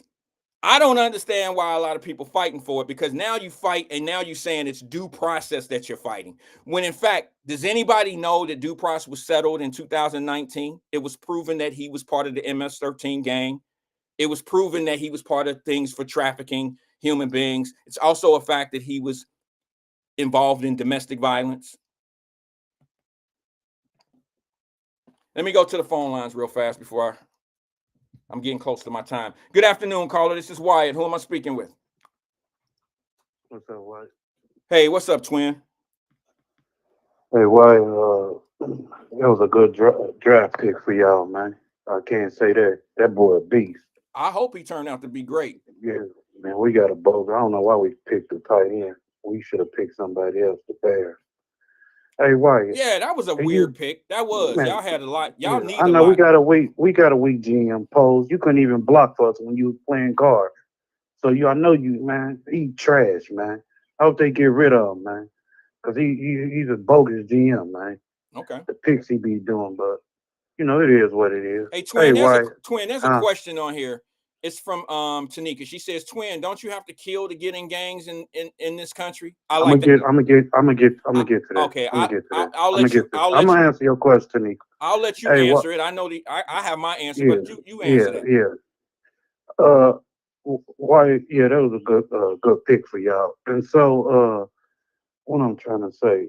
So, what you do and everything. You think this? See, they can boycott Target and all that. Why they won't boycott the NFL? Why? For what? See, this bogus, man, for what they did. Is it a payback to get at Dion? What are you talking? Step back a little bit and start from the beginning of your thoughts. What are you talking about? I'm saying him not being picked in the first round or whatever, and they know he's a good quarterback. Is this it seems like it's a get back at prime time. What did prime time do? You went in there at an HBCU, flipped that, and you trying to tell us how to run our kids tight. What? Is it a get back? No, I don't think so. I think I was in a chat group today with my little bro, my little nephew, I call him. It's a sports, and a few questions came up about Shedeur Sanders being. Man, it's a political thing. Come on, Wyatt. Open your eyes, man. No, I think you're missing something, twin, and I want to bring it to the forefront. Maybe you'll agree, maybe you'll disagree. But you got to understand, he has a very vocal father, okay? And a lot of companies, I mean, let's just be honest. Like, a lot of people won't even hire you if you have a family member working for the company. Okay, they won't hire you if your mom is working in HR or your dad working in HR or your mom's a manager of the division or something. They won't even hire you. That's a lie. That's a lie. I didn't say all places, twin. I said there are some places that don't allow that. Now, can I make my point before I start lying? Before you make me out to be a liar, can I at least get my point across? Go ahead, player. Go ahead. All right. Deion Sanders is very vocal. All right. Not only is he vocal, he's a legend in the sport. And what I've learned about guys who have fathers in sports and fathers that train they fighters, they sons and stuff like that, they're very difficult to deal with. And I think Deion Sanders is a lot more vocal than most guys. Like, you remember the Ball family, LeVar Ball? Yeah. Okay, you see how he was a pain in the ass to Mm-hmm. colleges and to the NBA, and they had to Yeah. ban him and all that. He's an easy check. You can ban a LeVar Ball, don't nobody know him. They know his Right. sons, they know him a little bit. But the truth of the matter is they had to ban him from arenas and all that because he was talking too much shit. Imagine that guy being Deion Sanders for criticizing an organization. You think Mike Brown or what's the guy's name? Jerry Jones and them guys really want to deal with Deion Sanders, who has the power to be able to criticize their organization and go on TV on ESPN and say things or put a tweet out these days and talking about the Giants are trash. He should have never signed here. We need a new GM. He could be just a regular dad, but he's still primetime, a legend in the NFL. Organizations, look, this is what I said about primetime might have a little bit to do with his son not being drafted. But it's not like they then took 10 quarterbacks over him. There's only been 1 or 2 quarterbacks that's been selected, and they had better numbers. So you can't sit back and say that, unqualified quarterbacks went before him. Now, I'm a Shedeur Sanders fan because I like him. I wear the Colorado stuff during football. But at the same time, bro, it's not like it's unusual that a quarterback, he could go off and be great and be selected in the 3rd or the 4th round like a lot of quarterbacks did. Joe Montana and your boy, the greatest quarterback of all time, Tom Brady, all these guys was late round picks. 2nd round. You're right. That's what I'm saying, bro. So it's not like it's unusual. Why didn't Pittsburgh Steelers pick him? You had Mike Tomlin. They might be them or the Browns next. Say what? I think the Browns probably look at a pick him. No, well, maybe, I don't know, but the Browns traded they pick yesterday. They was picking 2nd and traded for Jacksonville. Nah, I think the 2nd round is coming up. Yeah, it's today. Yeah. Hey, let's flip the strip right quick. Okay, hey, look, go ahead. Check this out. Why, you remember back in the day when we was in school, man, we had them security guards that was like a father figure type. Mm-hmm. And they would yank your ass up. And then when you get home, you get another whoop. See, they got soft right now, man. That right there, and I see why Trump said put the pouting back in school, because that right there, man, I would have touched down on Shorty, man. For the start, I don't know. When you talking about the video? See, there's no guys. Yeah, there's no young kid. There's no guys and no structure in the house like you said, man. I don't know if he cloud chaser or he just came to school, because you know, some of them, they doped us up, took the whooping out, and gave them medication. And sometimes they don't take their medication, Wyatt, and sometimes, they do. Okay. Once that medication wear off. Let me say something about that. Because I'll forget. I'm sorry, I'm a very bad host. Okay? Go ahead, I tend to lose my thoughts sometimes. You said something that was powerful when you said back in the day that the hall monitors would, kind of check us, and then we would get in trouble when we got home. I don't ever remember hall monitors putting hands on people. That's just my experience. But I do remember getting swats when I was a kid. When I was a kid, I got a SWAT or 2 in my life, okay? But here's the thing. I also, like most people here could probably contest to this, I came from the era of we just didn't fight grown people. We would always be we would always say, what was our number one, fellas? What would we say? I'm going to get my uncle. I'm going to get my cousin. I'm going to get somebody for this motherfucker. That's what we always said. Yep. We didn't stand there and fight a grown-ass man to, and be on grown man level. I'm about to go get my brother. I'm about to go get, everybody had that little somebody or that group of somebody that was their defense. In today's world, bro, it ain't none of that. These kids will fight you. Going to get a gun. That's what I'm saying. They'll fight you. They ain't putting up them boxing gloves like you got, White. I'm going to get a gun. Listen to that, Nas. I got myself a gun. Yeah. What makes a child, twin, feel comfortable putting hands? Okay, Carolyn Smith, I'll play the video here in a second. What makes a child feel comfortable hitting an adult? Even if the adult put hands on you. If an adult put hands on you. Cloud chasing, think he man enough. Now, I'm not condoning it. To show, huh? I'm not condoning an adult putting their hands Cloud chasing, think he man enough the size of him. Oh, I'll knock your old ass out. You ain't gonna do nothing. And then once the old man, you feel like he been, out the game 50, 60 years, but he still take that energy drink every morning. You thought he sleep on your ass. See, I don't like that at all, man. Then you wanna why you put your hands on my son? Well, why your damn son showed out like that? You seen the video. And Doc, I told you the other day why his cameras everywhere. They holding back on that stabbing, man. It's Oh, cameras for sure. everywhere, why? I'll be glad when they catch that camera when the kid got killed at Withrow. Sorry for his loss, but it's cameras everywhere, man. But we want to talk Well, let me about let this, me the let me just statement say this. deal and all that, Let me man. say this. But y'all ain't. Hold on, twin. What's You up, said player? the kid at Withrow. Now, the way I look at that kid in Withrow's situation is the same way I see the situation in Texas of the guy getting stabbed in the heart. The kid gets. Exactly. But wait a minute. Exactly, man. I think there's video of the kid being shot. Maybe not him being shot, but I know that they have video of the car that went, because it was a drive-by at Withrow. That was a drive-by. And other homes in that neighborhood got hit by bullets that nobody's talking about. But I know homes got hit by that bullets, right? There's Right. cameras in the streets. And the reason why they haven't released that video stuff, because there's an ongoing investigation, just like the kid that got Yeah. stabbed in the heart. And they don't want to release the video because it'll let anybody out here who might be involved, it might give them a heads up of what all they know about that situation. That's the same reason why there hasn't been any video released of that kid in Texas being stabbed in the heart. Right. Man, it's just crazy. And then they come with this curfew and all that crazy stuff. You know, I'm 21. Okay. You know, I gotta be mature enough and stuff. I should be able to go down to the banks and chill. But like you said, White, it's the ones that parents don't care. 14, 15-year-old.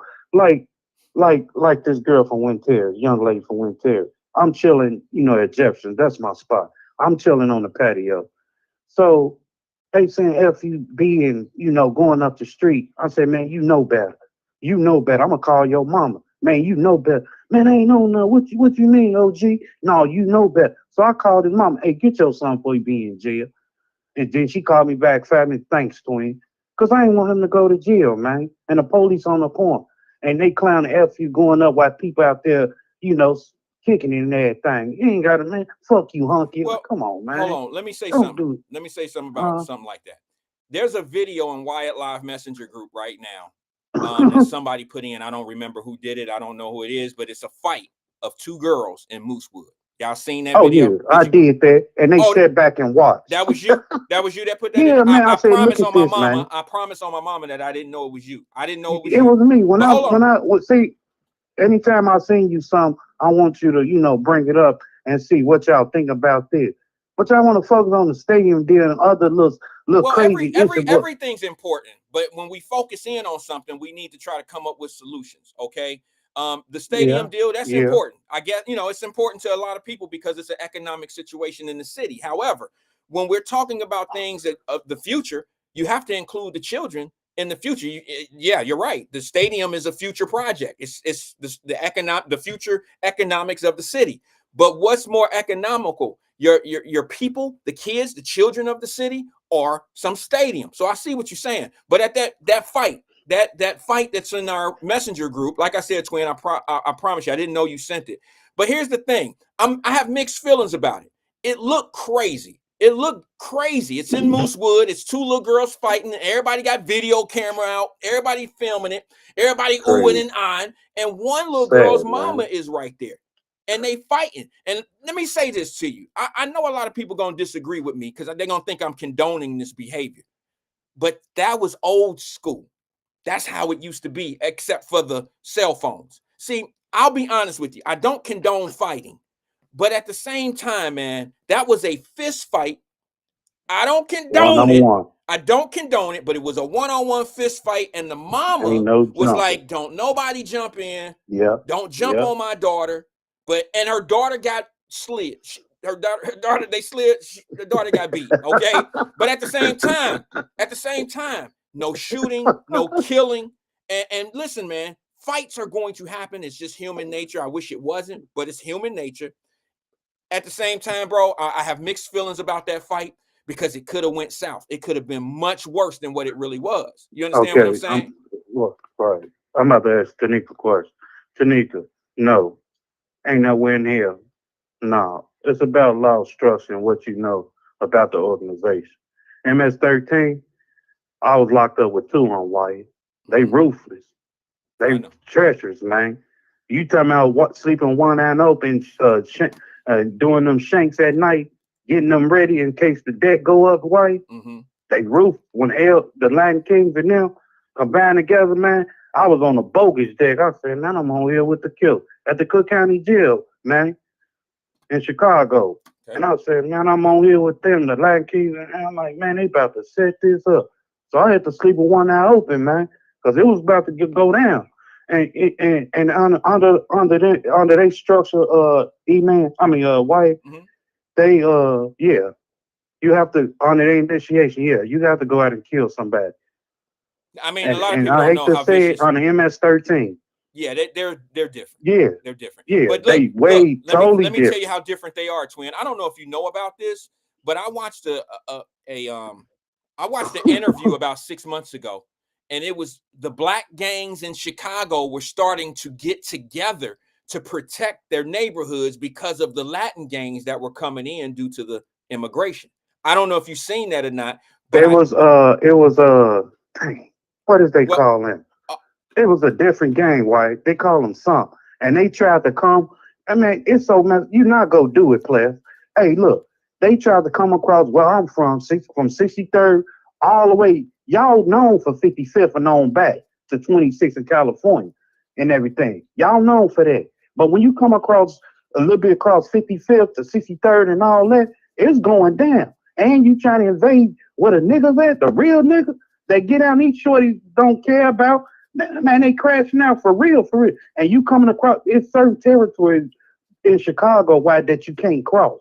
I'm not gonna go out west to Humboldt Park because you know what? I'm gonna get killed in Humboldt Park because I know some SDs and Latin Kings out there. Why would I go out there? well, I barely went out west because you know what?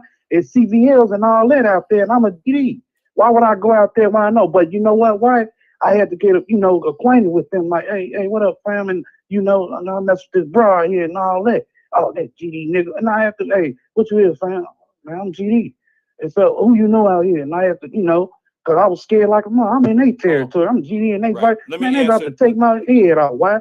I had to get acquainted. Man, let's smoke, let's drink. What the hoes at? Let me Stuff. answer a question real fast. Let me answer a question for Tanika real fast. I know you know the answer, but you took care of the first one. Tanika asked this question. She said, "So why do gang members have a tear under their eye? Is that a myth? It's not a myth. It's not a myth. It's some of them get it for getting initiated or being a high rank. Like you started from the bottom, now you're at the top. You got that territory. You're a high chief in this division, this area, or something like that. Some of them come back, body. Some of them come back to pain and stuff. Some of them come back a lost soul they lost. They more likely they mom. So that's where that come from. It don't have to be you kill somebody. It's when that teardrop come is different scenarios with it that come behind that. Okay. You probably lost a son, a mother, or you got high ranking, or you kill somebody. It's different scenarios play a part. So when you see somebody with that don't mean nothing. I understand. That don't mean nothing. Okay. Yeah. All right. Well. Yes. All right, twin. Anything else, man? Man, I'm running up on top of the clock hour. I think I just covered everything because you bring it. Well, I gotta give you a pat on the back. You bringing everything, even though I don't agree sometimes with your light skinned ass. But you agree, but you bring it though, and I like to affiliate with you and little man though. E-Man, even though he sometimes, but E-Man cool though. Whoa! You gotta call him something derogatory. You call me what? You call me some light skin, some whatever. He little man. He little man. Okay. Little man. Now, little man in the baby chair and everything. His feet go touch the bottom one day. At least he's being consistent, brother. I give him that. He criticizes me and you. And I already know. I caught on to his game, but he cool, man. I like him, man, a lot. Just like I like your light skin ass. But you bring it though. Real talk, you bring it. And people don't like to know the truth. I like to see people don't understand. I like to hear, both sides of the story. Whether you Democrat, Republican, gay, straight, whatever your preference is. I like to hear it, and then we can disagree or agree, like brothers and sisters. All right, F you and all that. But at the end of the day, we still gotta love one another. Yeah. And then I just don't like, when people just come and you stupid, you ignorant and all that. For what, man? For what was that all that for? Because you don't agree with me, I don't agree. Come on, man. You Well, I'm gotta about do to that. show a post. I'm about to show something on here that I was totally disgusted on. And believe it or not, man, like, I don't know. There's going to be some people that's going to be mad at me for the position that I took, because there was a white lady that posted something on Facebook, and I seen it the other day. And like I said, I don't like to put a comment in, because I put a comment in a section doesn't necessarily mean that I'm trying to debate you. You put a picture up, and I didn't agree with the picture, and I made a comment. I'm not going to answer you and get into a long, drawn out conversation, because we're never going to get to the same place. For somebody, Twin, you got anything else? Because I'm about to put this. I'm gonna show Oh this no, picture. hey, you be All safe right, and brother. everybody in the I chat, man. appreciate you, man. All right, All Twin. right, okay. Thanks for engaging with us, bro. Appreciate it. I got a couple more minutes before I go. Yeah, a lady put the post up. I took a snapshot of what I said. You have people going so hard for immigrants versus black people, not standing up for black people. They trying to kind of collaborate them, put them together in some kind of way, and it's not making much sense to me. So this lady put this picture up the other day. Hold on one second. I'm sorry. She put this picture up. Sorry, I hit the button by accident. Call back, caller. She put this picture up the other day, and I couldn't find the significance of the two. It just didn't make any sense to me. I was totally disgusted by it. And I just can somebody help me? Am I off target for this? Come on, all the criticism, people that like to go hard on me. This is your opportunity. I might be slow to the beat on this one. But this picture was posted in a post on Facebook. I believe it was Facebook. It might have been, it doesn't matter. But it was posted up, and they're trying to show the relevance between slavery and MS-13 prisoners. Look at this picture right here, and you tell me if this is disgusting to you, or do you see the relevance in the two? Is this sending some type of message that I'm missing? Look at this. They had a picture of a slave ship at the bottom, and then they tried to correlate. They're trying to say that that's what's going on right now with those MS-13 people. And of course, it was a white lady who was a left, who was a, how can you call these two things the same thing? How is this the same thing? How is one group of people enslaved? They're enslaved. That's us coming over to America on slave ships, or it could have been the European ship going to Europe or Great Britain. I don't know where that one's going. But how do you affiliate that with the MS-13 lockups? So I sent them. Here's what I wrote on that person's in their comment section. I'll find it. Give me 1 second. I'm slow today with shit. I'm really slow today with it. I got a ton of pictures from yesterday in here from the trip. All right. I made this comment. You can go to this. Let me see. Yeah. I'm going to put this in the Wyatt Live Messenger groups. It might look alike, but it ain't the same thing.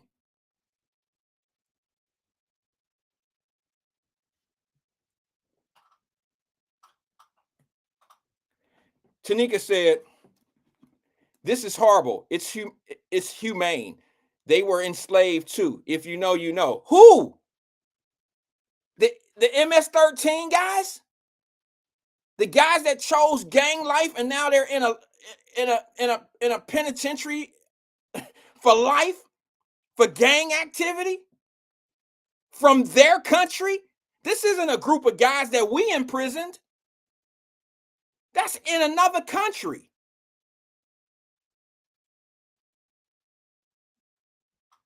Not even close to being the fucking same. And so this is what I write. And I'm going to put this up in the messenger group. Matter of fact, so y'all can see it and you can maybe go comment on it. I'm going to send it over there right now. Shit. While I'm sitting here thinking about it. I'm going to tell you what I said. Now you'll see my comment. It's in the way. It's going over to the Wyatt Live Messenger group right now as we speak. This is what I said. I said, this is insulting.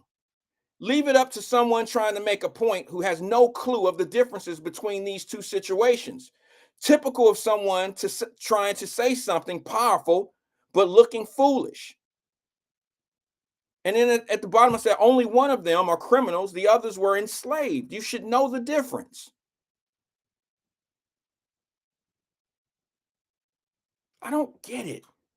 Some people say some of the dumbest shit trying to fit in and make a point, make somebody out to be a bad person and this and this and that. How do you affiliate these two things right here?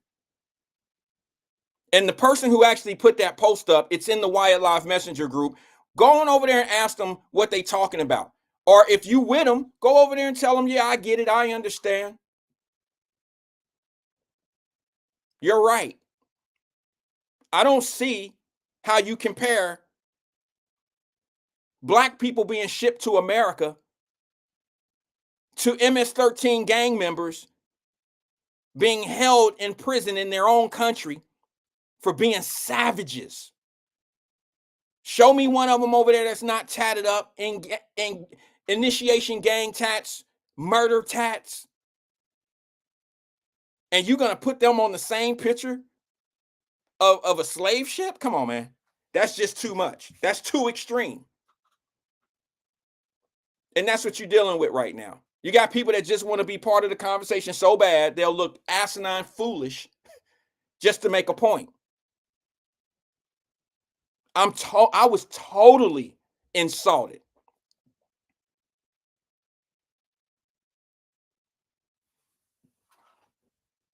That's just me. That's just me. Let me go to the phone lines before I get out of here. Good afternoon, caller. This is Wyatt. Who am I speaking with? The Imperial Fame, Rolf. How you doing? Hey, Fame. How you doing, brother? If I were any better, I'd be twins. Two of you? I don't know. Oh, that'd be illegal. You know that, two of me. All right. You know What's on your mind? Because the world would be perfect. Ooh, it would be perfect with two Yeah, of you? if there were two Fames, the world would be perfect. Wow. Okay. All right. I'm glad you feel that way. What you trying to say? I'm just saying, I don't think the world would be perfect if it was 2 Wyatts or 4 Wyatts or 10 Wyatts or 100 Wyatts. But Because Wyatt ain't Fame. That's true. This is true. You got that right. You right. What the hell wrong with you? You're absolutely right. What's on your mind today, though, bro? I'm running up on time. You tend to call right when it's time to get off the phone. I think you do that on purpose. I think it's structured. No, I don't. It's because I'm waiting a half hour to hear the same recirculated talk. But I digress. First off, where was that school at? Where those kids jumped that Ken Lawson looking nigga? Bro, stop. That dude looked like 60-year-old Ken Lawson. Okay. All right. Well, you know he did. That's why you laughing. No, I'm laughing because I don't even know where that came from. He don't look like Ken Lawson to me, man. Okay. Dude was old and washed and got his ass whooped like he needed. Because I can tell he called one of those kids a punk. Because that's the go-to word of old Negroes when they talking to young Black males. Call them punks. He called them something disparaging. Yeah. Kids are not just that damn blatantly disrespectful to go off and haul off and crack you unless you did something blatantly disrespectful to them. Right. Even this new brand of kids. He said something foul to those kids, and that's why so many of them was ready to take shots at him. Right. He caused his own problem. Right. He's probably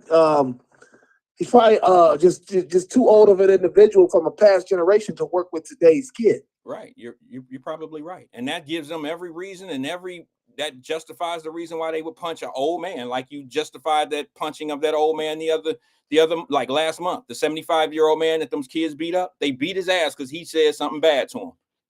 You cool with that? Like I said, you cool with that?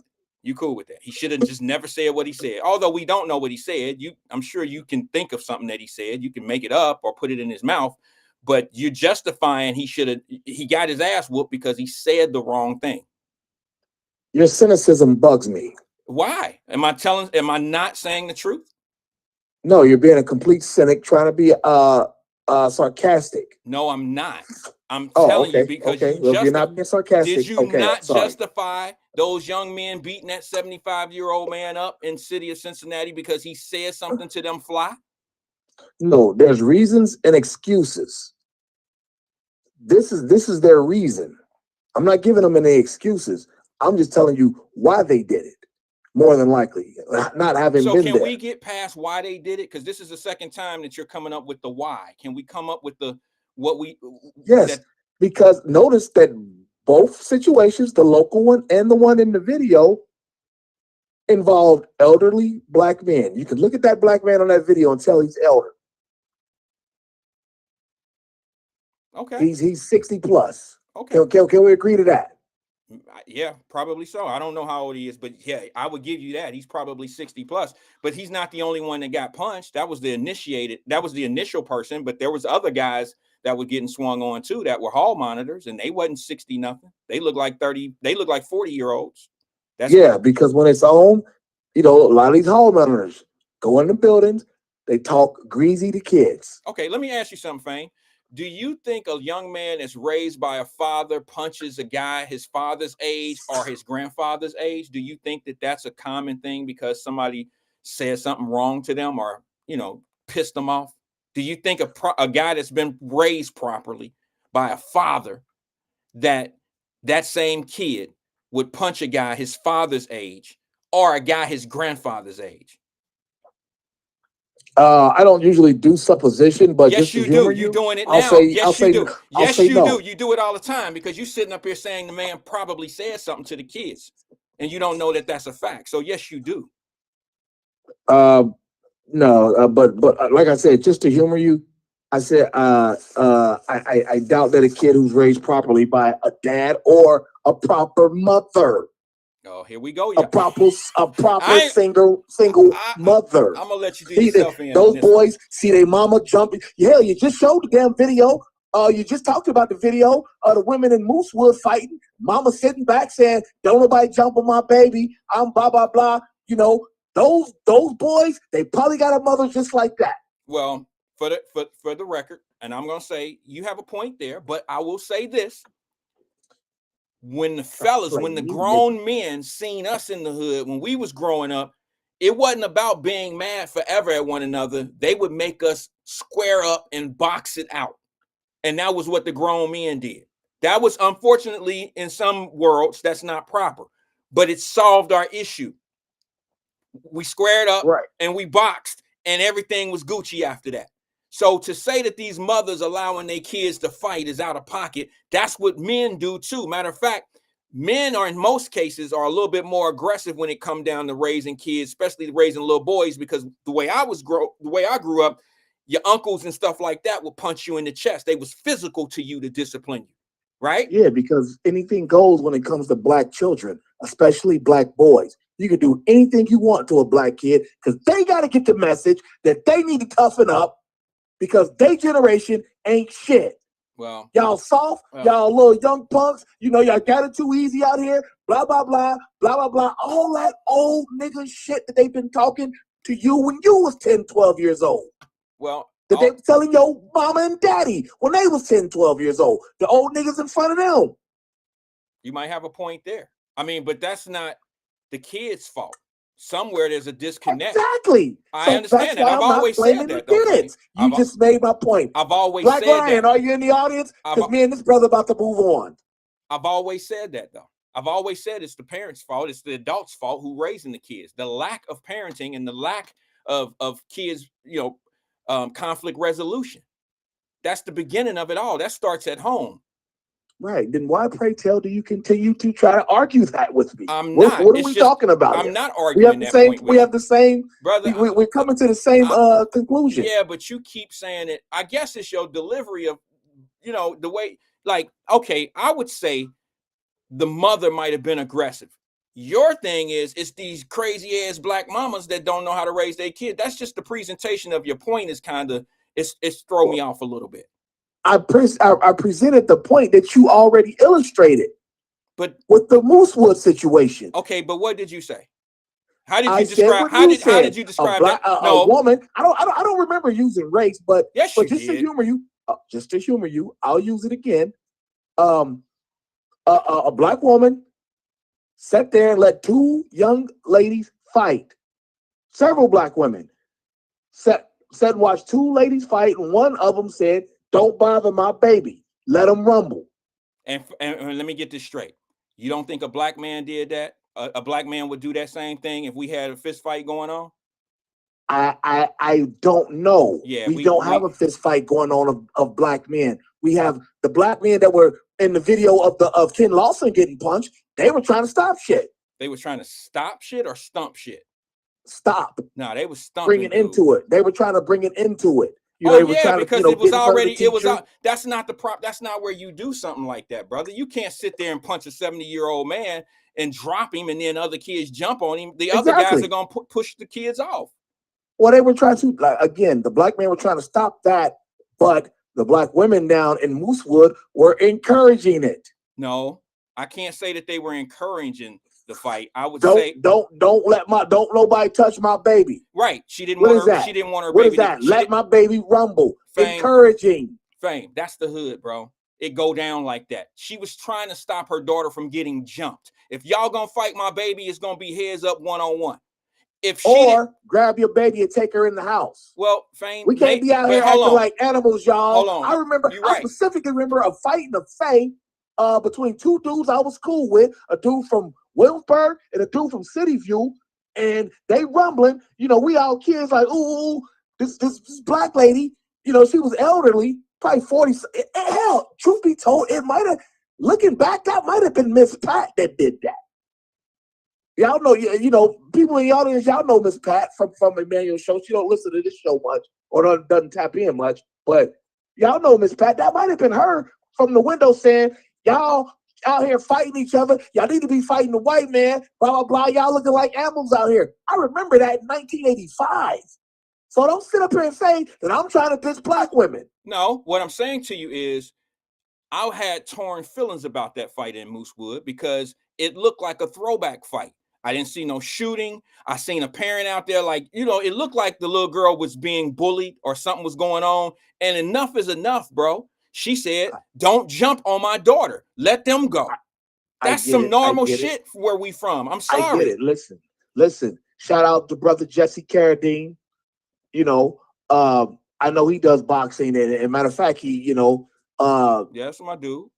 Yeah, was letting, you know, I've seen a video of him letting kids rumble. I'll fuck with him. I disagree with something like that because violence begets violence.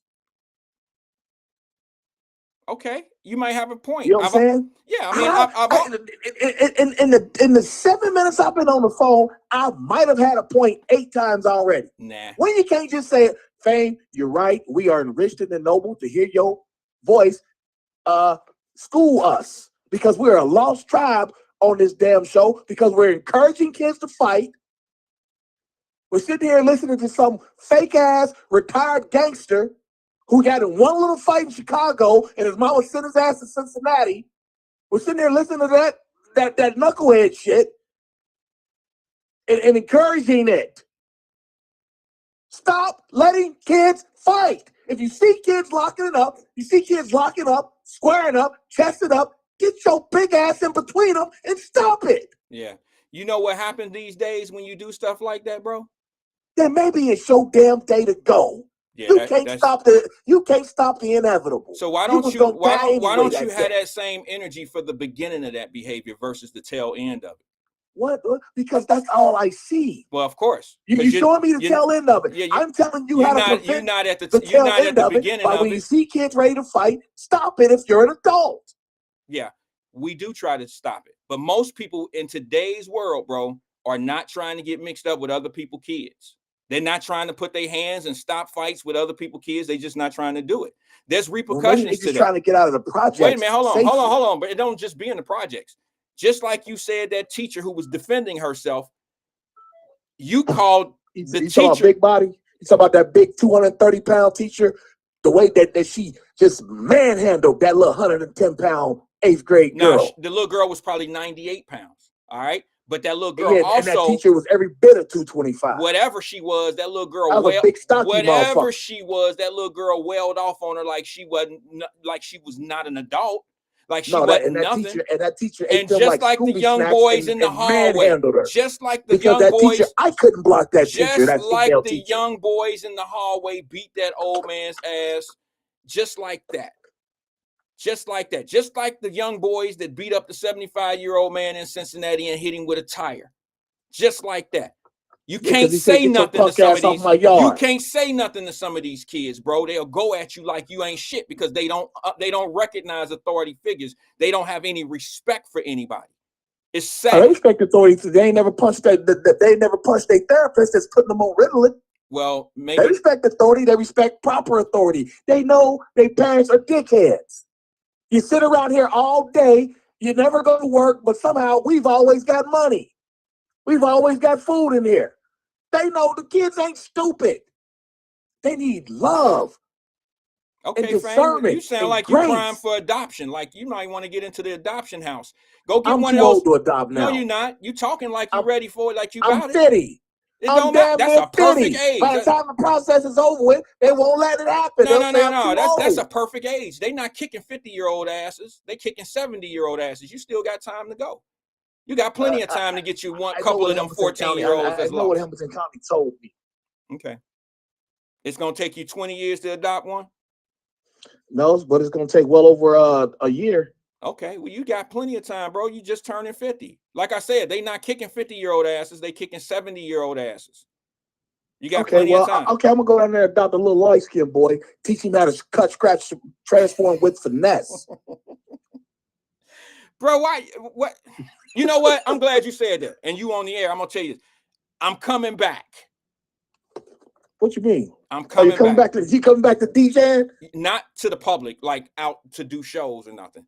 I'm gonna do a thing on the platform, and it's gonna be 90s music. I had the discussions of doing it some months ago, and I'm gonna do it this time because I found out what I can do in order to be able to keep the music playing without the strikes. I got you. Without the strikes. And now I know how to do it. I've done my research.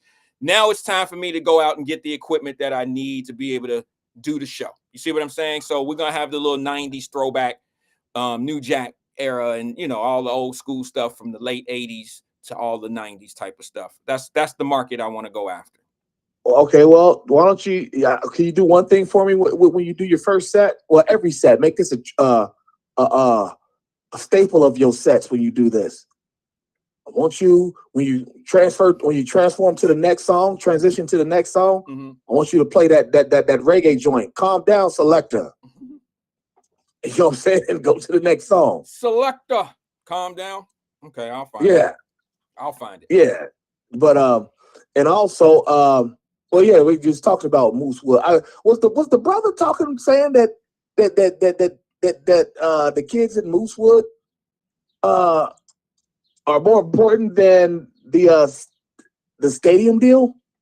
No. I think, okay. I caught the end of that conversation. I kind of shifted it a little bit. Please don't tell me. He said y'all want to talk about the stadium deal instead of talking about these kids. And I said, well, the stadium deal is important too, but they're both relevant to the economics of your city, because if you keep pushing out kids that are not passing, but yet you letting them get through. I was going to ask you about that, Fame. Did you hear about that? Did you see that article that was going on? I was going to play it. I ran out of time to do today as well. But there's an article that shows that Don's school passed like 300 kids online schooling that actually failed and passed them through.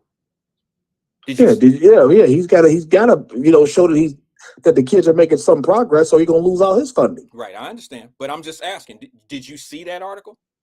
I did not see it, but it doesn't surprise me. Okay, as a former educator, how do you feel about that? You don't find that to be a disservice to the community and the kids? Oh, so it's a complete disservice. I mean, Don in and of itself is a complete disservice. As much as I fuck with Raymond like that. Okay. You know what I'm saying? It was a complete disservice. Like, what were you, you had ill intentions from the giddy up. Your whole plan was an ill-conceived plan from jump. So like, you went in with bad intention. So that's part of a problem right there. That's a problem that was put in place. Actually, let's not say it was a problem. It was a solution put in place for a problem that actually benefited from a problem that turned into a problem, right? So that's part of the problem we have here, bro, is the accountability is just not there. It should be more than just, okay, this is criminal. There should be something we should be looking into as far as the leadership, knowing that these problems are going on. I remember when the police chief came on and was saying the dude wasn't going to the meetings and he didn't have a lot of interactions. And I remember a lot of people saying that she was just being that way because it was him. When in fact, I kind of believed it. And that wasn't because he came from a white woman and all that. It was because I seen some stubbornness in how things were going and how you just gonna do it your way. It says a lot about a person when they arrogantly break rules and do things. You're basically, I guarantee you there's going to be some problems somewhere else down in the paperwork when you move like that. Do you understand what I'm saying? Oh, indeed. Because, like you said, the way you move, because the reason I had called, I was kind of in and out, but somebody had told me you had said my name. You had said that, I rewound it and found it. You were saying something about like Fame likes to say, blowing up the negative so you can see the bigger picture. Yeah, you roll back the play and you caught that one, huh? Yeah, I had to go do that. You rewinded the live show.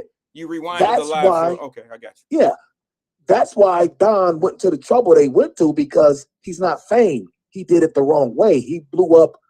He tried to illustrate the bigger picture by blowing up the negatives. It's like that doesn't work. Got to blow up the negatives and see the bigger picture. Big difference. He went, he should have counseled Fame, and I would have got him right, but he didn't listen, and this is what happens. Do you think that there should be some other people? You have to do things in a certain process, a certain order. Do you think that there should be some? Go ahead, I'm sorry. Do you think there should be some local accountability? Do you think that the writing was on the wall of what was going on over there and people just ignored it? Local accountability to who? No, I'm talking about your local leadership. I'm talking about people that, like, you got to look at the fact that certain kids were out of hand. Look, as much as they want to say what they want to say, that wasn't Woodward kids down there acting a fool. That wasn't Withrow kids down there. That wasn't Hughes kids. A lot of those kids was coming from the same area, same spot, and there were red flags.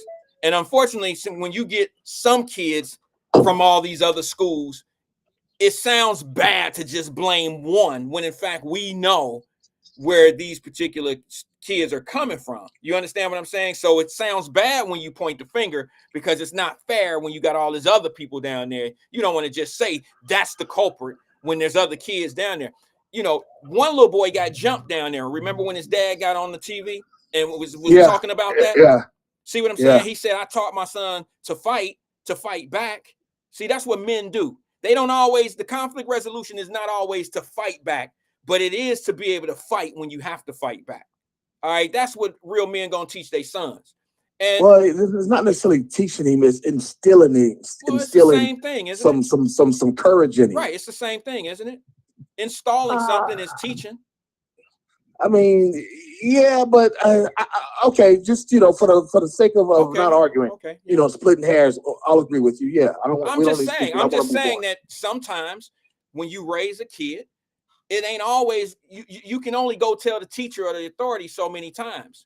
Sometimes the leaders don't do what they're supposed to do, and the person that's the bad person continues to mess with the kid, and the bullying escalates to a point where that kid has to defend themselves. Yeah, exactly. And that's because the parent did everything they were supposed to do. They didn't went to the school. They didn't talk to this person. They talked to that person. And you're not going to keep putting your hands on my son. Eventually, he's going to have to fight back. Right. Again, yeah, exactly. Just like the young man out there, the little band boy who got jumped, who got hazed and got killed. All that faggotry that the HBCU bands be doing. To put like you my just son gave would me know, a strike. no fag better not ever touch you. You just put a strike on. Fame, I gotta go, man. I'm sorry, my bad. Hey, listen. No. Real quick before you go. Go ahead. The MS-13 video or picture that you was talking about, exactly. That has nothing to do with slavery. I don't know who's the fake woke, fake extra smart that There did you that, go. Thank you. thinking they were being smarter than the room. Thank you. But like, no. Go send Like, it's in the messenger group. Don't insult us like that. Right, exactly, bro. Do me a favor if you don't mind, because you'll say the right thing. Sometimes you say the right things, and in this particular case, I'm sure you'll light it up. Go into the Wyatt Live Messenger group and send that person an answer to that post. I put it in there, and the person's name is at the top of it. I didn't copy it. Who's the person? I don't know the name. I don't know it. Is it a regular? You just don't want to out them? No. Really, it's somebody that I don't even know if they live in Cincinnati or they don't live in. I don't know where they live. They just put a post up. It was a random post that they put up on Facebook, I believe.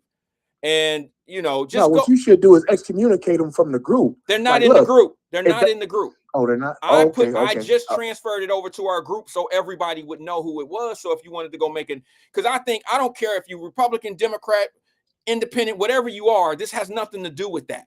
This is we need to let people know that Black people being enslaved is totally different than the MS-13 situation. Don't insult the Black folks. Don't insult us like that. You're trying to do too much. That's all I wanted. That's all. All right, Fame, I got to go, man. I believe my man E about to come on. It's been real. Oh! All right, holla at you. Tupac's back, Fame. I'm going to have to start getting Tupac on him. Y'all know what I'm saying? I'm going to have to start really getting Tupac. When he tried to blame women like he did, y'all know, fellas, we grew up the same kind of way. And that is, at a certain point, you learn how to defend yourself when you got men around you. You know what I'm saying? You tend to grow up knowing how to defend yourself. That's not the number one thing you do. You do go tell or whatever you got to do, but you can't continue like the video in Moosewood. I ain't tripping, man. I don't have a problem with it. I don't condone the fighting, no. But at the same time, the mama was not wrong. Y'all out here effing with my child. It's 5 or 6 of y'all. Don't jump my baby. Let's do it one-on-one. That's how my mama would have did it, and a lot of the other daddies would have did the same thing. If it was 6 dudes trying to jump one guy, and that guy's daddy was out there, he'd say, well, fight him heads up. We done did all the going to tell the police, telling city council. We done told the community council and all that. We tired of being bullied. Let's do it heads up. Peace and love to everybody, man. I'll see you guys on Monday, same place, same time.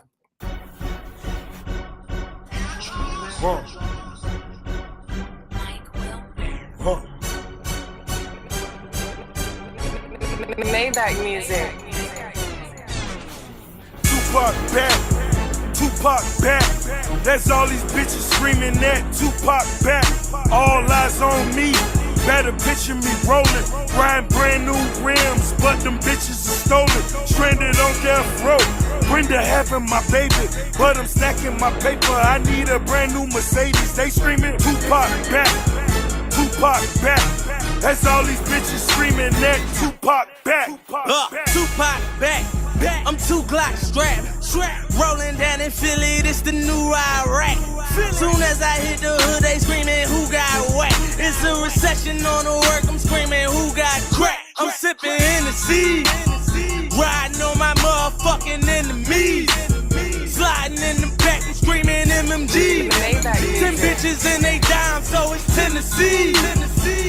Hail Mary, put my wrist on fro. Presidential was go. Nigga play with my money, my shooters lifting his soul. 40 kick like a soccer, bullets hitting the goal. Bitch, I'm like John Wall, cause I just give him and go. Plotting on this new 7, I can picture me rolling. Pockets look like they pregnant because them bitches are swollen. Got a clip I can loan, all the sticks can hold them. Look at the motherfucking wheels, them bitches are stolen. They screaming Tupac back. Tupac back. That's all these bitches screaming that. Tupac back. All eyes on me. Better picture me rolling. Riding brand new rims, but them bitches are stolen. Stranded on death row.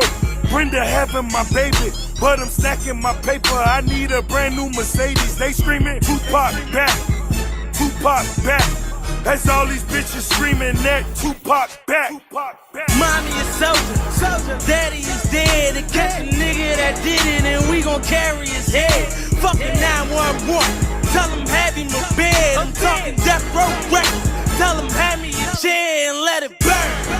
I'm screaming free my nigga earn. He threw with no hesitation, we can't even get a turn. Got my Machiavelli CD and I listened and I learned. Grab my Mac up off the trucks and my OG said hold it firm. I'm dreaming spitting with pop, talking ciphers with big. Try to send semi upstate with the life of some bid. Had me scraping my wax, sleeping my knife in the bed. They got a nigga on point like it's a price in my head. I'm going max.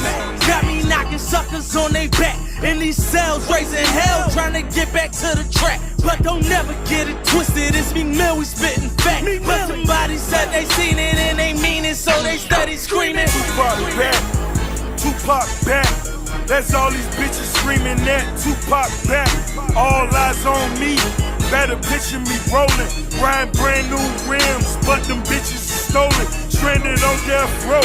Brenda having my baby, but I'm stacking my paper. I need a brand new Mercedes. They screaming Tupac back, Tupac back. That's all these bitches screaming that. Tupac back. Maybach music.